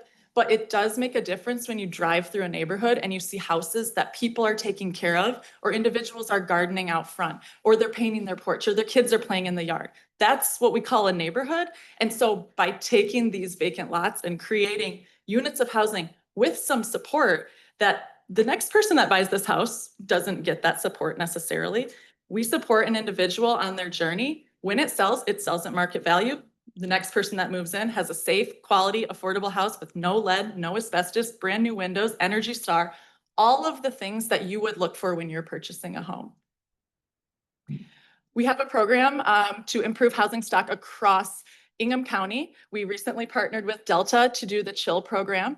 As Aaron and staff mentioned, there were hundreds and hundreds of phone calls. This is something that was shared specifically to the target neighborhoods in a mailer and also in some newsletters and some public information. There are people in your community that need help right now. Hundreds of them called us and said, I can't afford a roof because I have this going on. I can't fix my furnace and I haven't had heat in 2 years. I'm boiling water. Like it gets me emotional because we receive these phone calls every day. We don't have a lot of support in Eaton County because there's a lot smaller budgets in this area for this kind of services. However, MSHDA has invested and said, we want to invest in areas that we have previously not invested in. And that's why 11 currently of your neighbors are going to receive lead abatement for families that have children in their houses with lead-based paint that is currently all over their home and affecting their health. For individuals that have asbestos wrapped pipes that has not been remediated, and things like roofs and plumbing and electrical, things that I'm sure your code enforcement would cover their eyes if they walked into these buildings because we don't typically inspect owner-occupied homes. And individuals that are having struggles don't often reach out because they don't think there's anyone there to help them. And so previously, our agency has said, okay, let's talk to you about your budget. Let's talk about getting a home equity line of credit. Is there a low interest loan you might qualify for? Now, they don't have to do that. They talk to Mishta, Mishta gives us the money, we take care of it. Now that person has more freedom to not only feel more comfortable, pay off their credit cards, whatever challenge that they're facing, but also go to Horrocks and go to the beer garden, go spend money at all of the beautiful stores that you've developed down the street. And really just be a greater part of their community and feel more comfortable and also more part of the area that they live in. This is a little bit more about Walter French, just a little more details. So 76 units. We have 1 bedroom, 2 bedroom, and 3 bedroom. The 1 bedroom units are about 650 square feet. The 2 bedroom are about 850 square feet. 3 bedroom are up to 1,250 square feet. We do have amenities in this building as well. So this gives you a little insight into what does affordable housing mean. If you walked through that building, you would not know that this was affordable housing. I think my next slide, yes, here we go. So this is a previous classroom. This is what it looked like when we started. As I mentioned, water was coming in through the roofs, animals were living in these buildings. The picture to the right is a real photo. These living rooms and bedrooms have 12-foot ceilings. We have 9-foot custom windows. This is because this is a nationally registered historic place. And so we have requirements from the funding source that we use to put in full windows. As you can see on the left, previously the top half was filled with metal. The school district, did that to make it more affordable. But we were able to restore those windows, make this a place that people feel dignified when they walk into, and is constructed at no different standard than a market rate unit. The only difference is that these individuals need some assistance to get on their feet, to stabilize, and that's what these subsidies are for. There are some individuals that will live in these properties for multiple years, and some individuals live there for a couple of years and they income qualify out and they say, you know what, I want to go live in a different property. But these are people that you drive by every day, you see at the store, you might work with, that live in properties like this, and we want to make sure that they feel, respected and dignified. We also have supportive housing at Walter French. So this is something that in the general terms is called permanent supportive housing, or PSH. These are units reserved for individuals that have struggled with homelessness, are survivors of domestic violence, or those with special needs. We have 19 units at Walter French reserved for these individuals specifically. These are special housing vouchers from MISHTA. And I can tell you, as an agency who deals with homeless services on a daily basis, there are over 800 people on a list right now in Lansing that are homeless or couch surfing or underhoused in some way. And that's the Ingham County statistic. Housing Services of Mid-Michigan maintains the Eaton County version, and I'm sure that they could provide you some specific information about Delta. But these are people who are moving in that are potentially moving from a shelter. They're moving from a friend's house. They might have some stuff in storage, or they might just have the items on their back. And so part of their voucher comes with supportive services. So when they have a problem, they're not going out in the community and, getting angry and getting frustrated. They have a supportive caseworker that they call and they say, hey, I don't have any food, or hey, I'm having a really tough time, or I need to talk to a therapist. And we facilitate all of that for them. And so this is one of the populations that is having the biggest challenge, because they're going from something that is not stable and uncertain, and they do not trust other individuals, to a more permanent situation. And we facilitate that relationship through that whole transition process. This involves a lot of work and a lot of time, as you can imagine, if anyone has ever done any social work or therapy. It leans towards that at times, but we partner with every community agency that you could imagine to make sure that individuals in these situations can find stable housing. And when people move into these type of housing resources, they physically change how they look. We have people who have children, 2 kids living in a shelter that have moved in. Now they have their own house. They are able to take a shower for the first time alone in years. They look different. They feel different. They have resources. They usually, if they're not employed, they become employed. We connect them to get their GED, to find job resources. Walter French is right next door to Michigan Works. And so all of these things come together to make sure that the people that are most in need in our community aren't sitting outside on the sidewalk, aren't begging for money at the corner, that they're finding resources and shelter and housing so that they can improve their life and they can be more comfortable. Our organization teaches a variety of financial workshops and housing workshops. These are all no cost. And so we've expanded this in recent years. We have now added estate planning. The first estate planning course we offered had 45 people attend, and these are people of all income levels. It's a no-cost way to talk to an estate planning lawyer to get some general guidance that came out of feedback that we received from participants in our other classes. Predatory lending, student loans, these are things that can impact people of all income ranges. And this is why our nonprofit exists, is to make sure that resources are available no matter who you are, no matter where you live, and no matter what your situation. There are people out there at our organization that are trained, go through continuing education on a national certification basis to make sure that we can help anyone that comes to our door. So that's the end of my slideshow. If you have any more questions, I have some brochures that I can leave. This is our website. CAP is the easy way to search us. If you Google it, it will come up. But feel free, if you or anyone that you know has any challenges or needs any kind of service, know that there are organizations out there. And if it's not us, we'll happily connect to other agencies that can assist. So thank you so much.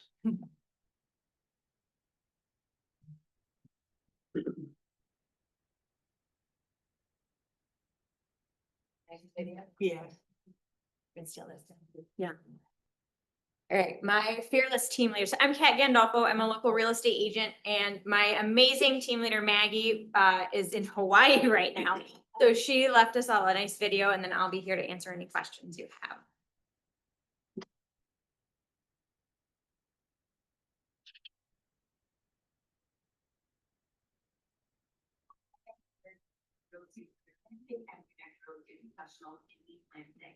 Thank you all so much for your time and attention. I'm very sorry that I can't be with you in person, but we have everyone Kat is getting, so Kat Gandolfo for our office. They're happy to answer any questions that you can ask. And we look forward to sending you any questions that you have for open books. Even though our office is in East Lansing, both Kat and I live in Delta Township and absolutely love everything about it. My family specifically has lived here for the past 10 years. We really love the parks and everything that they have to offer and the trails. I have 2 children that are currently in the Waverly School District, and the third just graduated this year. It's fine. Anyway, what's happening in our current real estate market? And if you look at the national news, the information and the messaging is all over the place. There are some areas where it's still a pretty strong seller's market, and then other areas of the country where it's really starting to shift and those days on the market is really elevating.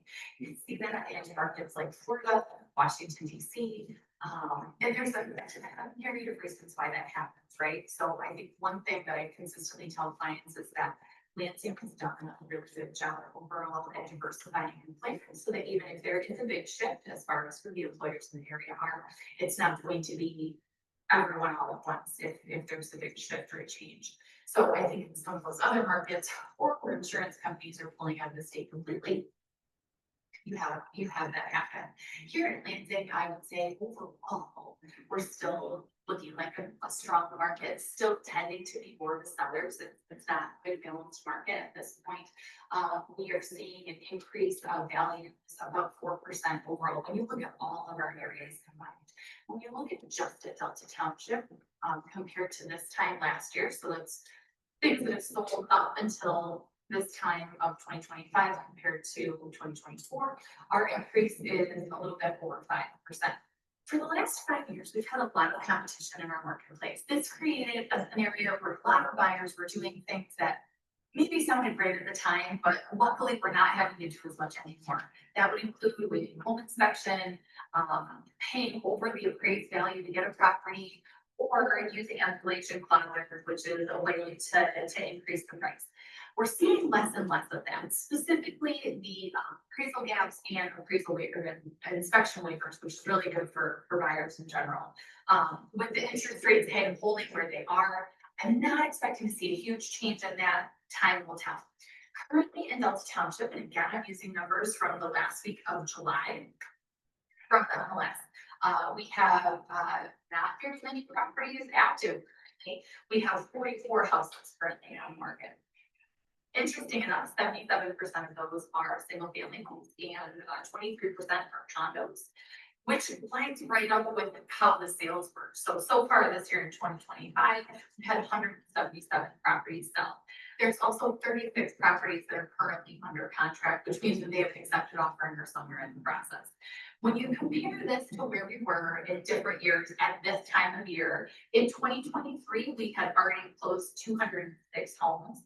And in 2024, we closed 182. So a little bit slowing down, which is exactly would explain why you're not seeing as many competing offers. Currently in 2025, our average list price is just over $259,000. The average sold price is just over $262,000, which is kind of right on par with the rest of our marketplace as well. The average list to sales price ratio is still over 100%. So right now we're at 101.7. And 75% of the properties that are listed sell within 30 days. So our days on market is still very strong. All of this to say, it's still a market that seems to be beneficial to sellers. We're seeing equity continue to be building, but we're not seeing huge jumps of equity like we saw like between 2020 and 2021, which frankly are unsustainable. Our biggest thing that I've heard from people is where the affordability cuts off is their payment in comparison to what they believe they can afford or what they want to spend in their monthly budget. And then have the combination of higher sales prices, higher interest rates, and property taxes that are increasing. What we're seeing all makes sense in the marketplace based on the other areas as well and how I'm feeling when I'm working with buyers and with sellers. There's just not quite as a huge push, but if things are priced correctly, they do still sell very quickly. And 75% of the properties that are listed sell within the first 30 days on the market. And we are still having a shortage of inventory. What I found interesting is when I looked at the way that people are financing the properties. So we've got of the 177 that have closed so far this year, we've had 16% have closed using cash, and almost 68% have closed using conventional financing. And then the others are VA, 15 closed with VA financing, 11 with FHA, and only 1 with MSHA. And a lot of those conventionals use MSHA as down payment assistance as well, but it wasn't the mortgage product. So that makes few numbers a little bit, but I just thought that was interesting. Cash is still a big player in our marketplace. And I was surprised because a lot of people, when they think of Delta Township, they think about condos, which we do have a lot of really great communities with condos, but it's only 23% of the market. So what does all of it mean? It still means that real estate is a pretty safe way to invest. If you're looking at building long-term equity and wealth, real estate is still a very safe way and place to put your money, and you've got to live somewhere, right? If you have any questions, we'll be happy to answer your questions and look forward to hearing from you soon. Also, make sure to check out the videos that we made on Delta Township and Grand Ledge. I know that Facebook isn't around anymore, but it was when we filmed it, so we'll fix that. I love Dear Maggie. So the one thing that she didn't really get into that I'll dive a little deeper into, which is why we have a hard housing shortage. One of the things that I'll note is that because of how highly competitive the housing is, if I have clients who are move up buyers, so they own a home that someone else then could be buying, when they're writing an offer, they can't compete against cash or against someone who doesn't have a house to sell. So we're finding that we could have a lot more inventory if those buyers who are also sellers could get their offers accepted. Another aspect of that is, again, we have a lot of sellers who are sitting on interest rates of 2%. And I am talking to them daily about their options. And as soon as they see the 7% they'd be sitting at now, they have no interest in moving. They would rather just stay at their 2%, which is obviously causing an issue with having more options on the market. Lastly, and I believe a lot of people have touched on this already, is you can't build. It is very difficult to build a new home. I have a client right now. He was going to buy a lot. His budget's $350,000. I've called every builder I can, there's one builder who will build his house. Everyone else, that's not enough of a budget. So what I'm telling you is if your budget is in $400,000 or more, you're probably not going to be able to build, which makes it so that that inventory of what we have currently under 400,000 is all the inventory we will have. CAP is doing a great job, Land Bank is doing a great job, Mishta is doing a great job. They can't keep up with the demand. And it is what it is. So in the foreseeable future, it's going to be very difficult for first-time home buyers. And our team does specialize in teaching a lot of the classes and working with a lot of those first-time home buyers. And we have to have very frank conversations with them about what to expect, what their budget needs to be, and how many houses they're gonna lose out on in the competition. Daily, I have clients who can't find anything to look at and they're like, hey, is there anything else? And I'm like, no, literally, this is everything. It's low, it's very low. And fortunately, there are great opportunities like Mishta and CAP that are trying to help. But I think it's really important that we consider things like this so that we don't end up like California, where you can make $250,000 a year and have no place to live. It is a very intimidating aspect of what could happen in the future.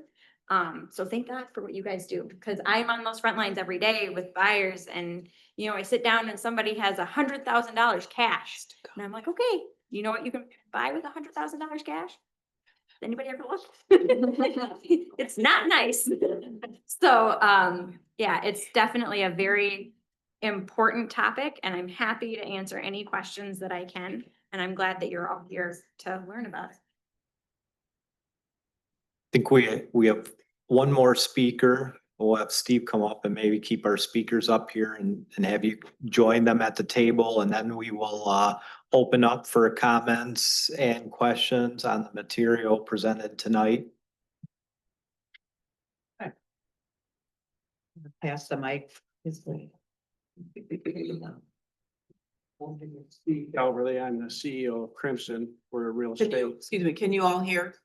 Okay, so you're gonna have to pull a little closer and use your outside voice. Is that better? Yeah. Okay. My name is Steve Calverley. I'm with Crimson. I'm the CEO of Crimson. We're a real estate investment, development, and property management company. It just means we find land, we put the investment together, we find a general contractor, we build it, we finance it, and we hang on and manage it. So we're a kind of a full service company. First thing I'd like to do is thank the Township Board for giving me an opportunity to speak. And they asked me to speak as a representative for the development community at large, not Crimson per se. Although a lot of the examples that I'm going to give you regarding workforce housing do relate to us. They also, wanted to make sure that I disclaimed that we are currently in the early stages of working on a project that we hope to be able to put together and present to the board at some time in the future here in Delta Township. We've done business in Delta Township for years. Some of you may be familiar with Covington Woods and Willow Ponds at the corner of Willow Highway and Canal, just down the street. We've owned and operated that since 2001. So we've been in the community for a long time. That's one of the reasons I've gotten to know Brian and Peter and some of the other board members. And I guess I was on the short list. Maybe they didn't have any other developers to ask, but nonetheless, I'm thankful to be here. When it comes to, and I want to thank, Mishta and also the staff for their prior comments about workforce housing. I was going to start out talking about the need for workforce housing, and I don't feel like I need to do that anymore. I think they did a pretty good job. So thank you. We've, one of the challenges that developers have is also been discussed, and it's, material inflation, labor inflation, and interest rates. A good example of that would be, we started looking at workforce housing at the time, it wasn't labeled workforce housing. This was back in 2019. We completed our first project. We kind of saw, we've done all types of development over the years, you know, high-end Class A, and suburban product as well, urban and suburban both. And we started looking, forecasting out, we always do a 10-year plan, and started looking out, and we saw what was happening in the rental market. And this was pre-COVID. This was still when interest rates were sub 3%. And this is before labor and material inflation ran amok. We still saw the pressure coming where rents were just getting too high. You know, everybody was building Class A properties, and if the numbers didn't work, they would just raise the rents. And it worked for a while. We saw an end to that coming. So we started to focus solely on what we considered affordable product. And we worked with a architect and really tried to design a product that was built as efficiently as we could to keep the cost down. And did it very effectively. And the first project we built, we experimented with, was in Greenville, Michigan. And it happened to be 216 units. And at the time we built it, back in 2016, the total cost for the project was $26 million. We had it priced out about a year ago to say, hey, if we built that same thing today, what would it cost? And it was up to $38 million. So a $12 million increase in 6 years. I mean, that just kind of paints the picture as to how out of control pricing has gotten. And also now we're dealing with interest rates in the 6-7% range. So you combine that, and obviously the numbers don't work. You pencil it out, you do your pro forma, you look at what rents you think you can charge, what your cost is, and there's two problems. Number one, you can't get any cash flow, which means banks won't finance you and investors won't invest with you. If you can't give investors these days, minimum of 6.5 to 7%, they're not gonna give you their money. So, and we syndicate, that's how we get our money, as most developers do. So I'll leave that aside. That was just kind of an example of the challenges that developers are facing. And we know we've been doing this since 2001, and that's what we do. We provide housing. We want to be able to continue to do it and grow our business. And really, if it hadn't been for, the governor signing the housing brownfield TIF program back in 2023, I don't think we'd be building anything. We took full advantage of that program. And we currently have a project going in Muskegon, 144 units that we've already received brownfield approval on. I think it's at MISTA right now for their final sign off. And then we also have a project that's a little further behind that in Traverse City, which is 240 units. Both of these communities have extreme need for workforce housing. They can't, hospitals can't get employees, service industry suffering. Same thing here. They'll come from other areas, but they can't afford to live there. And if they do live there, they have to rent substandard housing. So, through these programs, it allows us to build a product that we can get built, we can get financed, and I consider it a real win-win for the community, for the residents, and for our company. It's got to work for everybody. So that kind of discusses the challenges. Now the framework, through the MISTA program, the housing brownfield program, again, those details have pretty much been discussed. But it's a program that relies on tax incentive financing, which they've explained before means that, in order to make our numbers work, it's all about, cash flow. Does the property perform or doesn't it perform? So by giving up taxes, obviously you saw some of the numbers, it's a big chunk of the budget.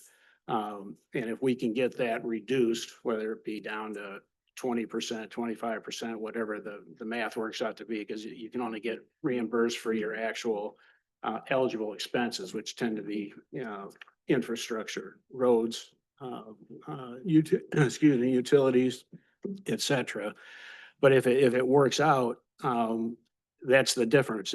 Every year, that can be, that can be hundreds of $1,000s less that can go to make the project work. And then over a period of time, anywhere from, again, it rolls out based on the number of, the expenses rolled out over a number of years. It can be 20 years, it can be 25 years, 30 years. It depends on what the amount is and what the municipality will support. And we've already learned that we don't even look for properties in areas where we know the municipality won't support workforce housing, because we're just spinning our wheels. And we're not sure about Delta Township, but we're hopeful based on some of the discussions we've had that when we bring our plan and roll it out and show everybody how it works, that we'll have the same success we had in Muskegon and Traverse City. So I think again, we don't need to talk about, community need. That's already been covered. And there's other types of help we can get other than the housing brownfield plan, that again, it just depends on what the need is and whether these other programs are required and whether the township will support it. There's a PA 237 residential housing exemption tax abatement. That's typically a 12-year, and that helps it if the brownfield itself isn't quite enough to get it there. And it's important to point out, and I saw it on one of the slides before, that obviously most municipalities say, okay, we got a vacant piece of land. It's been there for, in all cases on the properties we're working on, they've typically been vacant for 25 years or more. And the taxes they're generating are minimal. So they say, well, even with the TIF, and even though we're giving up taxes, we haven't seen a case yet where the tax that are being paid still don't exceed what you were receiving on the vacant property. But as a result, it brings that many more people into the community to spend their money, to support the money, and support the employers that need the workforce housing. And it typically is communities where there is a lot of growth, like, battery plants and Amazon distribution centers, et cetera, that need, that have people commuting from other areas versus living in their community. So that's really, and there was a handout, I'm not sure everybody picked it up, but on the last page, it's an example of the 216 unit project we did in Greenville. And this is what we're duplicating anywhere we're building workforce housing. This has been, like I said, been value engineered. When I say value engineered, it's we took a look at, number one, how big should the building be? Obviously, the more units you can get in a building, the more affordable it is. But it's obviously got to be appealing. And so it's like any other Class A project. The monies that we were able to pull out of it had to do more with design, making sure that the plumbing stacks, the HVAC stacks, that the framing and the roof lines are not complicated. Interior wise, there's virtually no difference, other than instead of stainless steel appliance, it might be, white or black appliances. Instead of, quartz countertops, it might be for mica, little things like that, but it's still brand new housing as opposed to the housing stock they have to choose from currently. So, we've put together, like most developers, we've been working on this for so long now that all the projects we're doing right now, we have the same team, same architect, same, builder. Rockford Construction Progressive is the architect and engineer. So they all know the program. So every time we get to do this, it may be more units or less units, but you can still plug in the same numbers. And we work exclusively with Fishbeck, who is our brownfield consultant, who helps prepare all the documents that need be put together to support the project. So, and like I said, if it wasn't for this, we wouldn't be building anything right now, because you just can't make anything pencil without some type of support. So I appreciate the time. Thank you. Manager Reed? All right. Well, thank you to all of our speakers. And at this time, we'll open it up for questions or public comment. Just ask you to be cognizant because we have a lot of people in the audience. We're not gonna set the timer unless we have to start moving things along. So, but questions for speakers or staff, we're happy to hear it now, or public comment. Should they come up to the podium? Yeah, if you can just come up to the podium. Yep. Speaking, we'll end up having to limit it to 3 minutes. We know it's been a long night. We hope it's been helpful. I know it has for me to learn all the lingo. Right, there's a lot. Oh, yeah. Yeah. No. What about board questions? Please state your name, David, for the record. David Howell, 9487 Guinea Road. I'm just requesting one of the slides that was shown be brought up. The one that shows the tax calculation of for pilots. Yep. Question. Before she brings that slide up, I just want to make something clear that the views expressed are my own and don't represent the views of the Planning Commission or any of the other commissioners. Under a pilot, a developer, let's say here in Delta Township, would not pay the operating millage, the paramedic millage, the public safety millage, the sheriff's building millage, the Eaton County operating millage, the Eaton County Parks and Recreation millage, the Eaton County 911 millage, the Eaton County RESA millage, the Eaton County E-Tran millage, and possibly the future Delta Township CATA millage. They would not pay any of that. So if you take a look up here, can you go to the slide before that, the 200, okay. On line number F, it says estimated rent for each unit type, and it says 1 bedroom, 1,000. I'm assuming that that is the market rate. Okay, so go to the next slide, please. This is the unit complex with a pilot. Use the market rate for the monthly rent instead of the shelter rent. And by definition, the shelter rent doesn't start off at the market rate. The shelter rent, for instance, if the market rate is 1,000, the shelter rent might be 800 a month. And then from that, you subtract electricity, water, sewer, and garbage. Those are typical utilities that might be paid, by the, or included in the rent. And then you get what's called the shelter rent. So that monthly rent up there is not the shelter rent.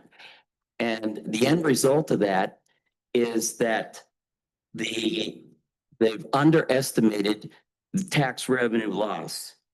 So for instance, at 4%, the tax revenue loss, just using those calculations up there, is $594,432 a year. For at 7%, it'd be $505,656. At 10%, it's $416,880. And we haven't even talked about the term of a pilot. Most developers want a pilot for 30 years. So at 30 years, at 4%, that tax revenue loss is $17,832,960. And this is why you don't see pilots, multiple pilots in one municipality, because it would destroy the tax base and it would further shift the tax burden onto the residential property owners. Thank you, David. Thanks. Can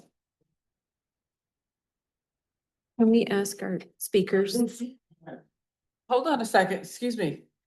Yeah, stop. 1 second, 1 second. Can we ask our speakers or our assessor for, Oh, yeah, he may be right. I don't know. I've never done a pilot before, so I just plugged the same numbers in both forms to show an example. And these are these are sample numbers. These are Right. estimates, so. But property taxes are not based on the monthly rent. They're based on the value of the property and the improvements to that property. In the first example, they exactly are. In this example, they're not. They're based on whatever number you plug into the monthly rent. Exactly, or shelter rent, if you will, yeah. Thank you. Was there, I heard someone ask for the supervisor? No, that's our new supervisor. Oh, our new supervisor. I'm missing it, sorry. All right, is there any other comment tonight?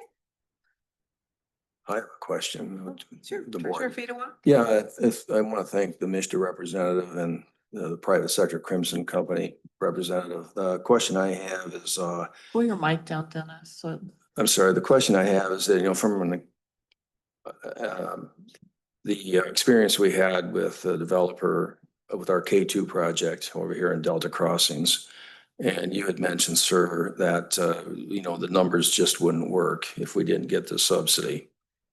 So we had an experience here in Delta Township that a developer said, I can't develop this property unless I get a $14.5 million reimbursement through a TIFA agreement. And my question is, and I'm glad the Mr. Representative is here, is that my understanding is when a developer asks for a grant or a subsidy or a loan from MISTA, that they have to provide pretty extensive financial data in order to justify their request for a public subsidy. So if that is correct, my question is from a policy point of view, from a board, is that if we were to consider this as a tool, would we want to also consider that there has to be some sort of submission, justification of the financial need for such a policy, for such a subsidy on behalf of the township for a development? Because we didn't have that before. And that was one of the issues that I had with the Delta Crossings project. So that is a parallel project policy question that I think the board would need to address if we were to move forward on something like this. If I may, just for point of clarification for the audience, there was a request for $14 million. That did not come to fruition, just to be clear. Thank you, Mary. Well, and for clarification of the clarification is because the developer agreement never was consummated. Correct. But that was the request. Yes, it was the request. That was the but I request. just, for them to be Right. clear, it did not happen. It did not transpire, but that was the Well, request. Thank you both for the question and clarifications. Any other questions for our guest speakers that are here tonight? Any questions you have about the terminologies that were used and all of the various programs? Yes. I do, and maybe Mishta can help with this. What's the term shelter? That's the first time that we've heard it tonight. What does that mean? Yeah, I think what was being referred to there was the rent that's set in a subsidized unit is going to be different than the market rate.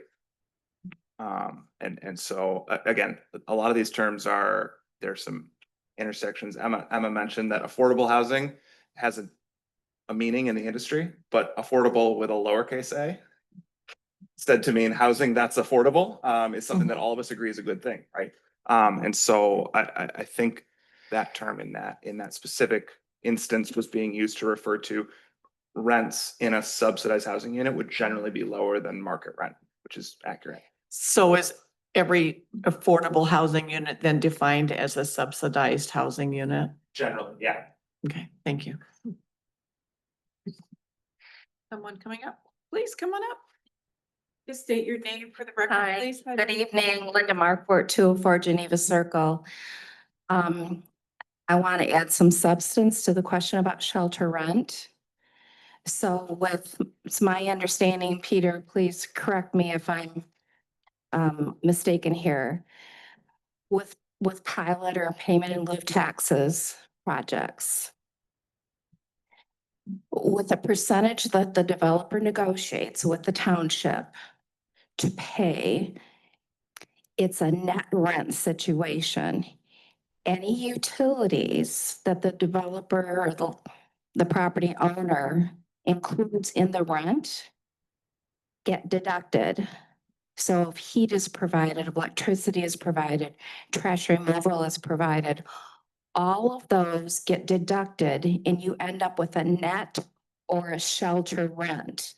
Then the PILT percentage is applied in terms of determining taxes back to the community. Am I correct, Peter? I believe so, yes. Does that help, Mary? Yeah, thanks, Linda. You're welcome. Thanks, Linda, for that. Next speaker, please. Hi, Bill Kaiser, 419 Kenway Drive. This project is basically going out my front door. My question is, have you thought about outside the box? What this 72 acres could be or potentially could be used for besides workforce housing, i.e. greenhouses that could feed this whole community? Or sustainable ideas such as, a retention pond and groundwater heat pumps to heat those greenhouses. There's endless possibilities, and I don't think you're looking outside the box. I think your project on Steve, is it? Yes. His bottom line. And we as Delta Township, we don't care about your bottom line. We care about our residents that are here and the riprap it could possibly bring in. Now, I say riprap because if you go down to Waverly and Jolly, that is a blight. So that's all I gotta say. Thank That's my you, 2 Bill. cents. Thank you for speaking. Yes, Peter. I'd like to just frame like the development process in general for the audience, and I don't mean, just take this for what it's worth. The township reacts to developments. We don't develop properties. So it isn't necessarily a choice between something that is proposed on a property versus something else that could happen. If a project is proposed on that site, we would consider the proposal on its, I mean, for all kinds of for all kinds of factors, I mean, including the ones that you mentioned. However, I mean, I don't see development as kind of an if or thing. It's this one or nothing or something else. And I'm not saying there isn't value in land on it. So I mean, that's not the conversation I'm trying to make. I'm just trying to frame development as when it's proposed to the township, it is kind of a binary choice. It's either we want to, the board will either approve that project or they wouldn't approve it. It isn't the choice between other things. So if one aspect of it is if you're suggesting the township would do a development there, I mean, the things that you mentioned, like a community garden or something like that, would be not necessarily a municipal project. So I'm not sure, I guess I don't understand, or I just want to put the framework in general is we consider proposals, we don't initiate proposals, for what that's worth. Thank you, Peter. Next public speaker? Hi, my name is Joan Annis. I live at 1012 Robbins Road. I oppose the Section 8 low income or affordable housing, whatever you'd like to call it. These living in the apartments will not be paying taxes. These apartments will cause an even greater strain on our infrastructure, on the police department, on the fire department, on the schools, on the roads, which we, the homeowners, will have to absorb. This is not right. I'm sure the developers will give them abatement, reducing their taxes if they are taxed at all. I don't oppose growth in the township. Building single-family home subdivisions, these will pay taxes, increasing our revenue, allowing Delta Township to grow and flourish. These families will be an asset to the community. Apartment dwellers will be a drain on it. We have had 0.03 population growth since 2013. I would like to ask you board members and trustees if they own homes in Delta Township, and if you live in these homes in full time. If you don't, then why are they making decisions for our township? None of this affects them. Our son was robbed at the library parking lot. When the police came to see if he could identify a person with pictures, they brought pictures for him. The officer told us that these apartments next to the library were where they come when there's a homicide in Lansing. Now, this is the time for us in living here to stand up for our township and to let our wants be known. We do not want more Section 8 low-income affordable housing. We want positive growth. I challenge everyone listening to stand up and make your votes heard. Now, with the abatements that they talk about, are those renegotiable? Say if they're abatement for 10 years, are they renegotiable for that, after that, or before that? So it could end up being never having to pay taxes on this. And I looked it up as you guys were talking about apartment complexes in Delta Township. I Googled it. There's at least 48 apartment complex already in our township. Thank you so much for your comments. Is there another public comment? Yes, please come on up. State your name and address. Sorry, I don't have nothing, I don't have anything written down. My name is Bobby Johnson. I live at 4500 Elizabeth Road, Lansing, Michigan, right next to the Delta Community Center. I moved here from Georgia. It was 2 years in June.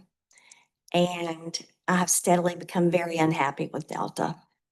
I'm sorry if I get emotional, but my mortgage has continued to go up, almost to the point where I can't afford it. I'm not working. I've been a nurse for 45 years.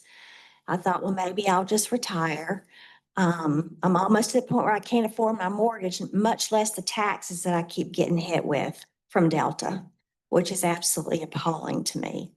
And especially when, I feel like I didn't have a say-so in any of it.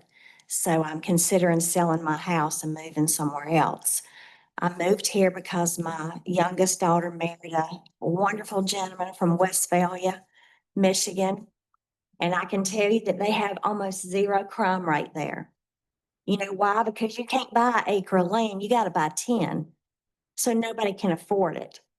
So they have a wonderful community. People don't lock their doors. I'm from Georgia and we even still locked our doors because we knew what was out there. And as a nurse of 45 years, I want to tell you, I've always worked in level 1 trauma centers. And it got to be a regular joke at every ER I've worked at.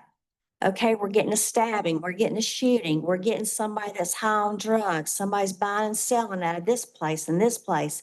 It was almost always related to Section 8 housing, almost every single bit of it. It was a no-brainer. We knew where they were coming from. We knew what kind of trouble they were in. People that would come that would be beaten up or just walking down the street or robbed. The perpetrators almost always came from Section 8 housing. And I'm absolutely 100% against what y'all are trying to do. Thank you. Thank you so much. Any other public comment before we have comments from the board and then we will adjourn? Any more? Any more? I want to just first say thank you to our guests for coming because you all enlighten me a great deal. I think I'm from the old school too, where I called Section 8, Section 8. And I learned today that it is housing choice vouchers. And I also want to say, so I just want to thank you for educating us on that. And I want to say to our residents, there is no decisions about the type of housing that if we add additional housing, what that will look like or what that will be. And there's been no conversation whatsoever about housing choice vouchers. None. And as we heard today, we don't control that. That's not decided by the township board at all. We have zero into that decision. We don't. And as Peter so eloquently stated, developers come to us and they present a proposal. We weigh it. We bring it to you. If it's something that's going to be an ask, or sometimes I'll say to other people, a handout. They come in here with their handout. It's coming before you. So we're not making any decisions ahead of time. If something comes up and we need to do something and go into some arrangement, you're going to know about it. You're going to hear about it. But right now, what we wanted to say is we've heard that there's housing shortages. Now we have some data behind it. We have some facts, not figures that are actually provable. We have information. And so tonight, we wanted to start that dialogue with you. We could have had the dialogue amongst ourselves, but we wanted to open it up and learn together as a community about what's going on, how's the housing market, where are we falling short? I know that there are people that work here who can't afford to live here. These are working people. And so we wanted to look at what are some options available for that. Not making any decisions, just what are some options for people who go to work every day? They're nurses, they're teachers, they're, different trades and work. And they want to be able to live in the place that they come to work for every day. We've heard that. And so we wanted to share that experience with you and listen along with you on what are all the options out there? Because we can't stop developers from coming to our door. They're gonna come and they're gonna make an ask. It's really up to the board and hearing from you on what decisions we ought to be making when those, as I call it, hands come to us with their hands out. With good proposals, some we agree with and some we don't. But we're always gonna be listening to you. We all are accessible to each of you. You can call us anytime, not like after midnight, okay? But you can call us anytime. Our doors are open for you. Our ears are open. I'd rather you talk to us, hear from us, so that when you're making an assessment, you're making it off of where we are, the place where we are, not what you heard from somebody else or what we might think, or what you might think, but get information directly from us because we're all approachable. Every one of the board members will avail themselves to you. I do coffee hours with a lot of residents. So if you ever want to have coffee, I'm good with that. Just let me know and we'll make it happen. And I know the board members also avail themselves of that. So yes. One second. Give me 1 second. 1 second. 1 second. Go. Yes. I do want to make one more clarification, and I think my friend at Crimson can help with this. Developers do not get to make the decision on Section 8 or on any of the names of the voucher programs. It is actually against the law and the rules for us to discriminate in any way, shape, or form. So if someone with a voucher can afford that property, they are not allowed to discriminate against a person with a voucher. So it's not the developers, it is not the township or anybody, it is the law. We cannot, it's a fair housing violation. We cannot discriminate against anyone, no matter what type of money they are bringing to the table. We have to say it.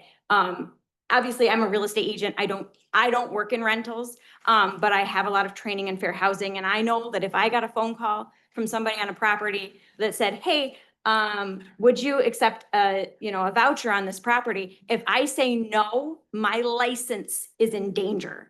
So it's just a good clarification for people to know. It's not Crimson making that decision. They could lose their ability to house people completely if they discriminate against anyone. So just a clarification point. It's not anybody's decision. Thank you so much. I'm not holding you off. No, Yeah, because that's okay. Please ask, and I'm gonna turn it over to the board members to provide comment or ask any questions. This is just for me. All the board members that are here. You wanna go y'all- to the mic for me, I'm sorry, please? all of y'all that are board members, if y'all could just raise your hand if you own a home in Delta Township.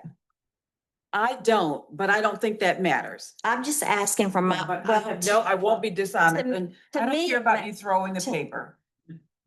Thank you. Let's just please be polite. That's all I I'm ask. not saying that it Yes. matters, but to me it matters, because my thing is, if I live here, I'm gonna protect my community.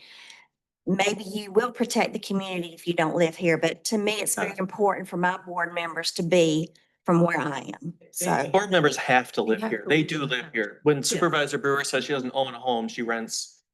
So Rent a home. They have to I legally got live here. divorced, sold the home, Okay. and I'm renting a home. okay, and was there That is my anybody else? personal that didn't- situation. Thank you. Okay, thank you so much for your comment. Public comment is over. So, but I'm gonna let you come. This is the last one because we ended public comment and now it's the board comment. My name's Larry Ibrahim. I live at 1121 North Kreitz Road, on 4 houses north of Arlington and Kreitz Road. There's a vacant piece of property on either side of that road of Arlington, and they're having proposals here to build high-rise apartments on this property. And a lot of the reason why they're stressing to get capping in so that they can apply for Section 8 housing. And they have more or less said in December of last year at the meeting here, that's pretty much what this is going to be, Section 8 in our neighborhood. They won't be specific on the height of these high-rise apartments, but she made a comment that you'll know about it. Well, let me explain something to you about knowing about it. When I sent out that notice to the residents for this proposal, the only people that got that notice were people whose property lines went no further than 300 yards from the location of where this property they want to use for these high-rise apartments. The neighbor right next to me on the north side,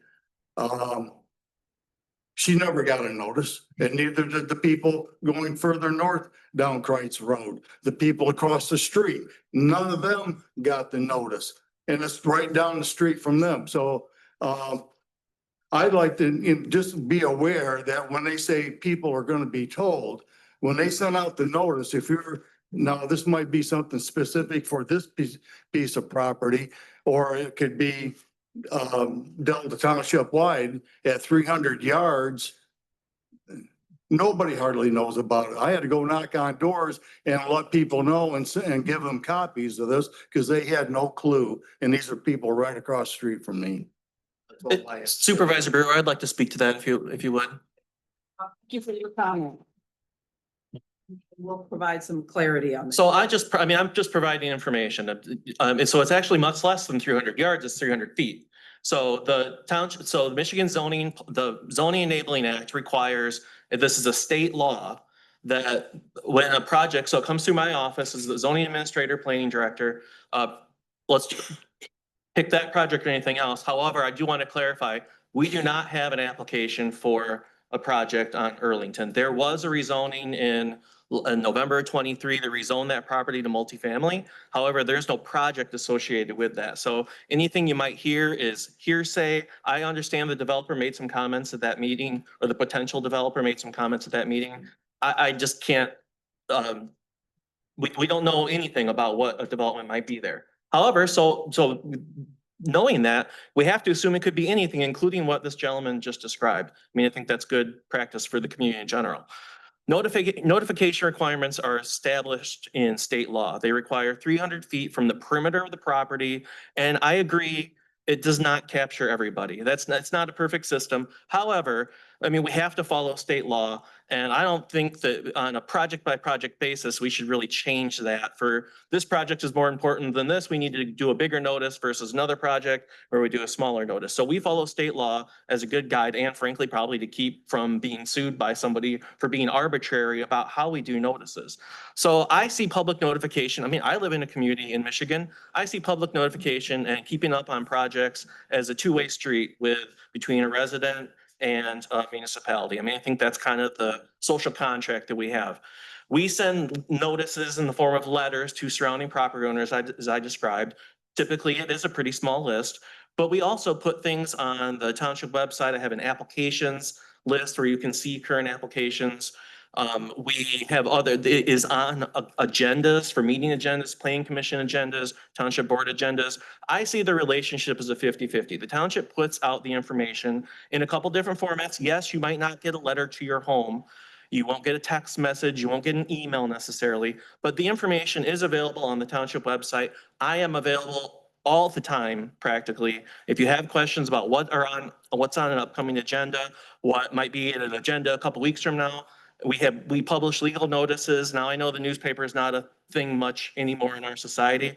We do have to put legal notices. Like if you ever look at the back of the City Pulse, the back of the LSJ, and those little tiny boxes, that's where legal notices go. I don't disagree that the system isn't perfect. However, that is the legal framework that we have to work within. So keep that in mind when you have questions about projects. You can always call me in my office. You can always check the township website to learn more about when something might be coming. And we also talk about those things at meetings. So I just encourage everybody to keep up on the township website, look for notices in the newspaper. If you do read a newspaper anymore, look for letters in your mailbox, or definitely call my office if you ever have any questions about it. Thank you, Peter. I'm gonna turn it to any board member comments. Yeah, trustee Bowen. First, I would like to thank the people who have given us of their expertise and their time, and I ask that everyone give them a round of applause for being here. Thank you very much. The second thing I want to say is that I also invited another partner representative from Tri-County Planning Commission, the deputy director back there. Nicole Baumer, she came because that's another partner that any of us can look to for information on housing. They also did the regional housing study the year before the state housing study was done. So another partner, another resource for all of us. The last thing I want to say is I want to just summarize everything that we've heard tonight by saying that what it amounts to is that the cost of finding a safe place for you and your family, whether that's you and your husband, you and your wife, you and your kids, you and your parents to live, the cost of that has outpaced income. In 1972, my parents bought their first home because it was cheaper to buy a house than to rent. They paid $15,000 for their home. In 2002, which was 30 years later, I bought my first home. It was $89,000. Now the average home price in Delta Township is $259,000. That's 23 years later. And new homes are starting at $400,000. I don't think anyone's income has been commensurate with that. And so we are all falling behind. Some of us were lucky to buy our homes when we could afford them, when it was cheaper, and we've been in them for decades. But not everybody is there. Young people need to have the opportunity to live in safe homes, to build their equity, to build their generational wealth. And I, for one, am someone who wants to see that happen. I want to help people and I want our community to be strengthened by that. Thank you. Thank you, trustee Bowen. Any other comments from board members?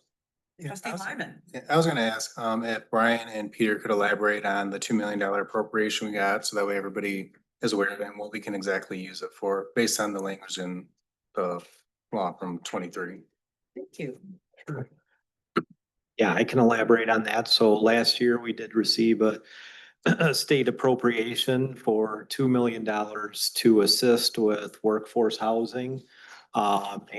We had some discussion as a board in terms of what that could be used for, and that can be used for some assistance if we have a project very similar to a TIF, but we actually have the dollars. We have till 2029 to expend those, but that would be for infrastructure, and I don't remember the exact other line items, but it mainly was for infrastructure to assist with workforce housing development. Oh, thank you. Absolutely. Any other questions?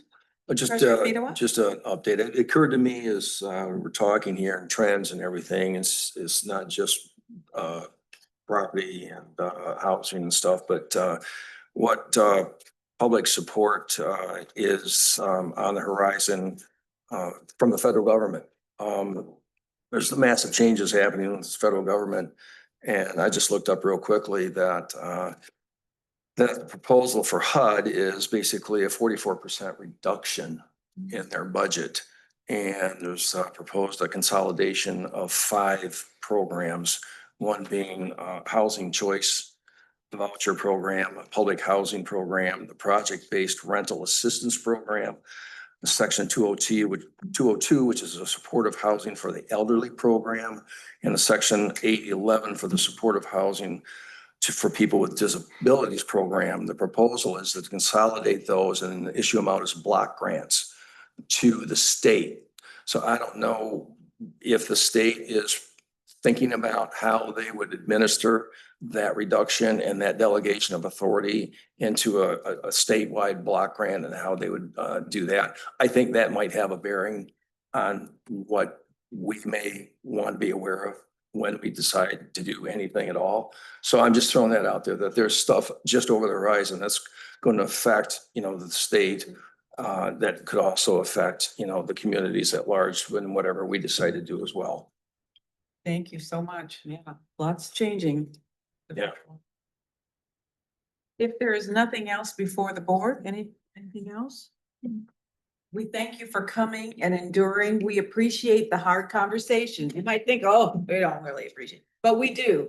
So we do, and we want to thank you for trusting us enough to have these hard conversations. All right, good night, everybody.